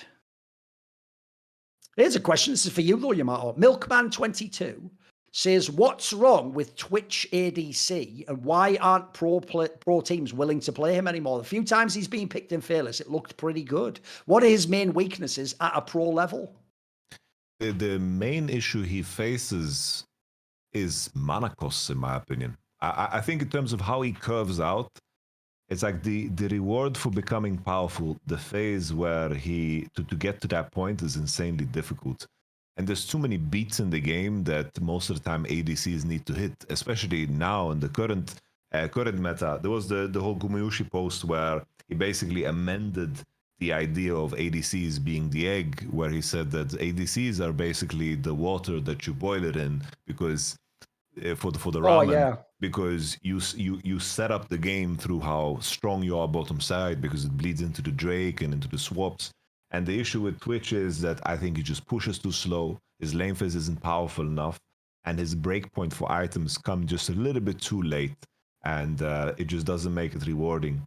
I do think the spots that it did get picked in, like together with Nocturne on occasion in matchups that work, like a lot of things need to go right for you to get to the position to win. And you'd rather pick something that helps you get to the point where you win rather than something that helps you win more. But definitely, if I thought about it really, really hard, I could probably find some spots where someone would be able to play Twitch. But it's one of those champions that requires like a nuanced like idea of how to leverage the strength of the champions, and that's in terms of where we are time investment wise. I think is going to be a rarity, definitely. No, I think one of the problems that champion has is think about what we've been talking about with Fearless. Fearless, as much as it can be about abusing the meta, can also be about finding your comfort pick. It's not really a comfort pick. Now, if we were talking about a comfort pick, my comfort pick would be these wonderful Turtle Beach Stealth 700s, Yamato, believe it or not. Because, first of all, they are comfortable. They've got the nice memory for it. I'm the best at the segways, mate. I should work for the TSA. Shout out to American airports there. That's a different type of Segway, isn't it? Right. They've got the really nice, comfortable memory foam, so they don't wreck your ears. They fit over the top. They've got the microphone that comes down like you're on some Skynet shit. But then if John Connor comes, back up it goes, and it hides away there. It doesn't stay here and get busted off or something and snapped off. Also, you can, even if you've got a massive head like me, they more than fit. If you've got a tiny little pinhead, I don't even know who's got a pinhead, probably someone out there. You've got a tiny little pinhead, still fit DDK, but that's from CS and that's hurtful, whatever. Fuck him, don't like him anymore, all good. He does have a tiny head though, like Beetlejuice or something. Anyway, the point is, they also have all the controls on the back here. They have the two things you plug in, so you can do two things at once. You can listen to music and be cooking. You can be fucking taking a call while you're playing on your Xbox or PlayStation or whatever console you can plug a USB into. They've got it all. And as you can imagine, they've got really awesome battery life. They've got an insane 80-hour battery life with a quick charge. So that as a result, it doesn't matter even if you didn't fully charge it. You can still get a few hours out if you need to go and commute or go to the library or do whatever indeed you do, go to a friend's house, play it on their console, etc. So if you'd like to get an excellent saving, for a limited time order, you can get 10% off your entire order with code, you guessed it, summoning at turtlebeach.com. So stay warm, level your game up with 10% off at turtlebeach.com using code summoning. I have actually used these. I've told people in the past, I was never a big fan of gaming headsets. These ones are really good though. First of all, Turtle Beach have been around esports a long time. I remember over 10 years ago going to, more than that, maybe like 13 years ago, going to events. They were always having booths and hiring ex-pros and doing all segment stuff. Also, they don't just sell headphones and headsets. They have all the like flight sticks, steering wheels, mouse, keyboard. They bought other peripheral companies that were established in esports and did all those things. So head to turtlebeach.com, use code summoning for 10% off your entire order. That's 10% off your entire order at turtlebeach.com with promo code summoning. If they ask you, where did you hear about them? Please say Last Free Nation or Summoning Insight. Right. Another question would be, get ready, Yamato. You're going to like this because you probably haven't heard this. Oh, no. Well, it depends if you watch my Caedrel video, but I'll actually explain this part within the thing. So Tallahassee Riot Supervisor, who often asks questions on the show, shout out to him for supporting, and he asks some good questions, I've got to say. He says, on the most recent Four Horsemen episode, Thorin shared a well-timed Bulgarian saying that conveyed a similar, I don't know if you know this one. Yeah, I'll explain. yeah. You might have seen it on my clip. Yeah, basically. I did, yeah. There's a famous saying in English, you can't have your cake and eat it. And in Bulgarian, they kind of get a bit based. They say you can't have a cock in the ass and the soul in heaven, which is certainly quite a evocative way of making the same point. So his question to you is, Yamato, does he have any sayings from the languages he speaks that convey a similar message to that? If not, do you just know any crazy idioms in languages you speak? Is there any weird ones in like Swedish or by the way, do you speak like, I don't know what the language would be. Do you speak Arabic or something something like that? Bro, like the crazy thing about some of these, it's like the ones that come to mind, the ones that like my grandma says, like Okay. they are like racist as fuck. Oh, okay. Okay. That's the issue. Okay. You know, like older people are. I bet there's some bangers though, bro. I guess it's just, you know, it's like even this Bulgarian one is quite homophobic. I feel like it's quite homophobic, if anything. You know, it's just in my mind, bro. I'm trying to think of something that is more gentle. Right now, I'm fucking empty, man. I'm empty. I'm trying to think of something. Surely in Sweden they have some silly idiom like, you know, you cannot have the herring and also be the fisherman who didn't catch a herring. Like they must have some whack Swedish shit. Come on, surely there's some idioms out there. I'm trying to remember. Or is all their shit just whack? Is it like you can either be normal or you can be Norwegian? What is it? Just some bullshit like that or something? So my issue is that I don't speak enough Swedish. I'm trying to tap into it, but it's just gone. I'm not reaching in. Right, I just found a mad one right here. I just googled it. Drop it. So you ready? I found I typed in funny Swedish idioms. So here's one. It says, "You just took a crap in the blue cupboard." Now, I've never heard of it. apparently, that just means sort of like in English, you know, where you're like, wow, you really did it this time. There's going to be hell to pay. Apparently, that means you just took a crap in the blue cupboard, which is like, oh, fuck, that's like some Harry Potter shit. What are you talking about? It's a good one, though. I'll give you a good Swedish one, though. Okay. It says you're making a hen out of a feather, which means, you know, like making a mountain out of a molehill. You take something small and you've made it bigger. I noticed these idioms are all just like shit from a farm or something weird like that. There's a lot of weird ones here. I remember there was one that Finn mentioned on the EWC stream because he was there. He was like, it was something we say in Sweden is we basically have like these states, so to speak, you know, it's like divided into 24. And then there's like one that is known for butter.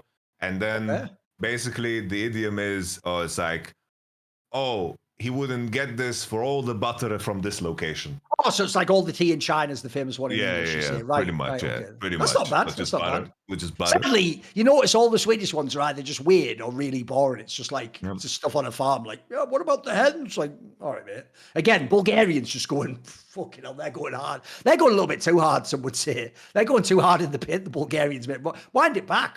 I mean, by the way, the reason I got into idioms is I'm friends with Janko. Obviously, he was the legendary analyst in CSGO. And he told us one of the Serbian ones, which is, you know, in England, English, you go, when the iron's hot, strike. The idea that, like, while you're hot, they have one like that in Serbia that is insane, bro. It's when the donkey is stuck in the mud, fuck it. Which is like, what are you doing over there, boys? Because the reason that one's mental, Yamato, is in England, like a lot of countries, normally it's your neighbour country you say shag sheep, you know, you go, oh, you fuck sheep. You don't say you do it. You don't go, I fuck the donkey. Like, what? It's supposed to be a diss, bruh. What are we doing? Man. Anyway, this was actually a pretty good segment. You didn't expect it to be, did you? You didn't expect it to be? Yeah, okay. Hit fucking hell. Listen, I don't even know what this means, so I'm going to ask it anyway, because it's interesting. Hellfire 206, regular question asker, says, which has a better... Oh, I get it now. He goes, which has a better stadium atmosphere? An esports event in Saudi Arabia, because famously they have fuck all crowd there. It's all like, crowd goes mild. Or a COVID-era football match. That's actually a banger, because remember, they were all empty. It was like all cardboard. I get the joke he means there, because that is the one problem, Yamato, aside from all the sports washing shit. That's the main problem I have with the EWC shit in Saudi Arabian esports. They don't have like a really crazy crowd atmosphere. I want the event to have the crowd mics and have these, but like, you think about I Am Clone's about to start tomorrow, Yamato, in CS. That's a fucking dope crowd. Like when you walk out on stage there, that like cathedral of CS, that's the one problem they do have there. It's a lot of people where like either it's not a big crowd or it's people just sort of go, you know, almost golf clapping or something, you know. They're not really going I agree. They're not really going as crazy over there, are they? So far. I could say though, generally speaking, because it's like when I was at this event, Nexus Arabia, it's like I basically gathered all of the Middle Eastern players, like Egyptian, Tunisian, Moroccan, and so forth. And some of the guys involved, some of the people I met, they have hosted like esports events in different countries, and they have managed to have like absolute like banger events, you know. Like I do think that there is a lot of esports fans in the Middle East, but they just have always the problem of like no access to servers. They have like sometimes in some cases limited internet access.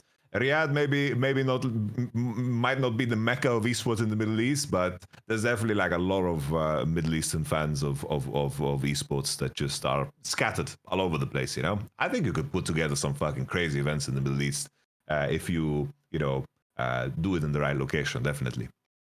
But back to the question. COVID era football, I don't know, like the EWC, you know, they did the program, right, where they like brought in super fans. So they did bring in people, you know, like artificially to some degree. Yeah. You know, if you're paying for everything, might as well pay for people to fucking get loose. At least they're aware of the fact that it's important. So, you know, at least there's that, you know.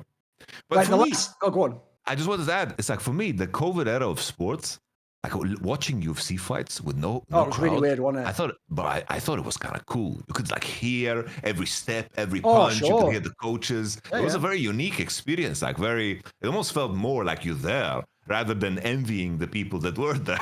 That's how but the only problem I had with that was though, I felt the same thing about football. it did feel like it did take some of the pressure off the players and fighters. Oh, yeah. Like it is different when you got all those eyes on you and you're fully aware. Like it felt like people just, it was almost like you were watching like a practice or something, there was no pressure and people just, that's why some of the football players, like there were some people had some seasons there where it's like, you'd never do that in like a real season. There's no pressure. You're just on an empty pitch, just bagging in goals, like practice fucking field goals, right? The last question, Kenji says, what is the funniest in-game comm situation you have ever been witness to? My favourite is the immortal line from Dardoch in Breaking Point, "Bye, Piggy." So do you have one? Maybe, I mean, you've been a coach. Do you have like one in game where some players said something hilarious?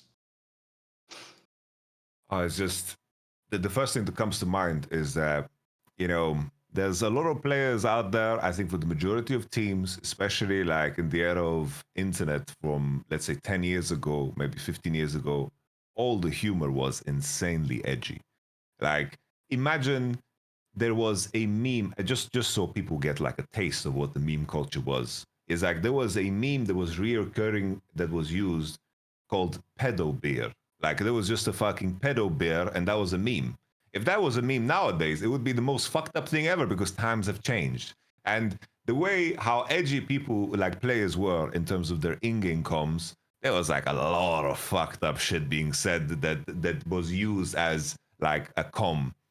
There was one specific team, I'm not going to mention who, and I will say that I tried to fight against it and it worked to some point, but in the beginning, when someone was out of tempo, when someone was like behind on tempo, the players would say that he's Hitlered.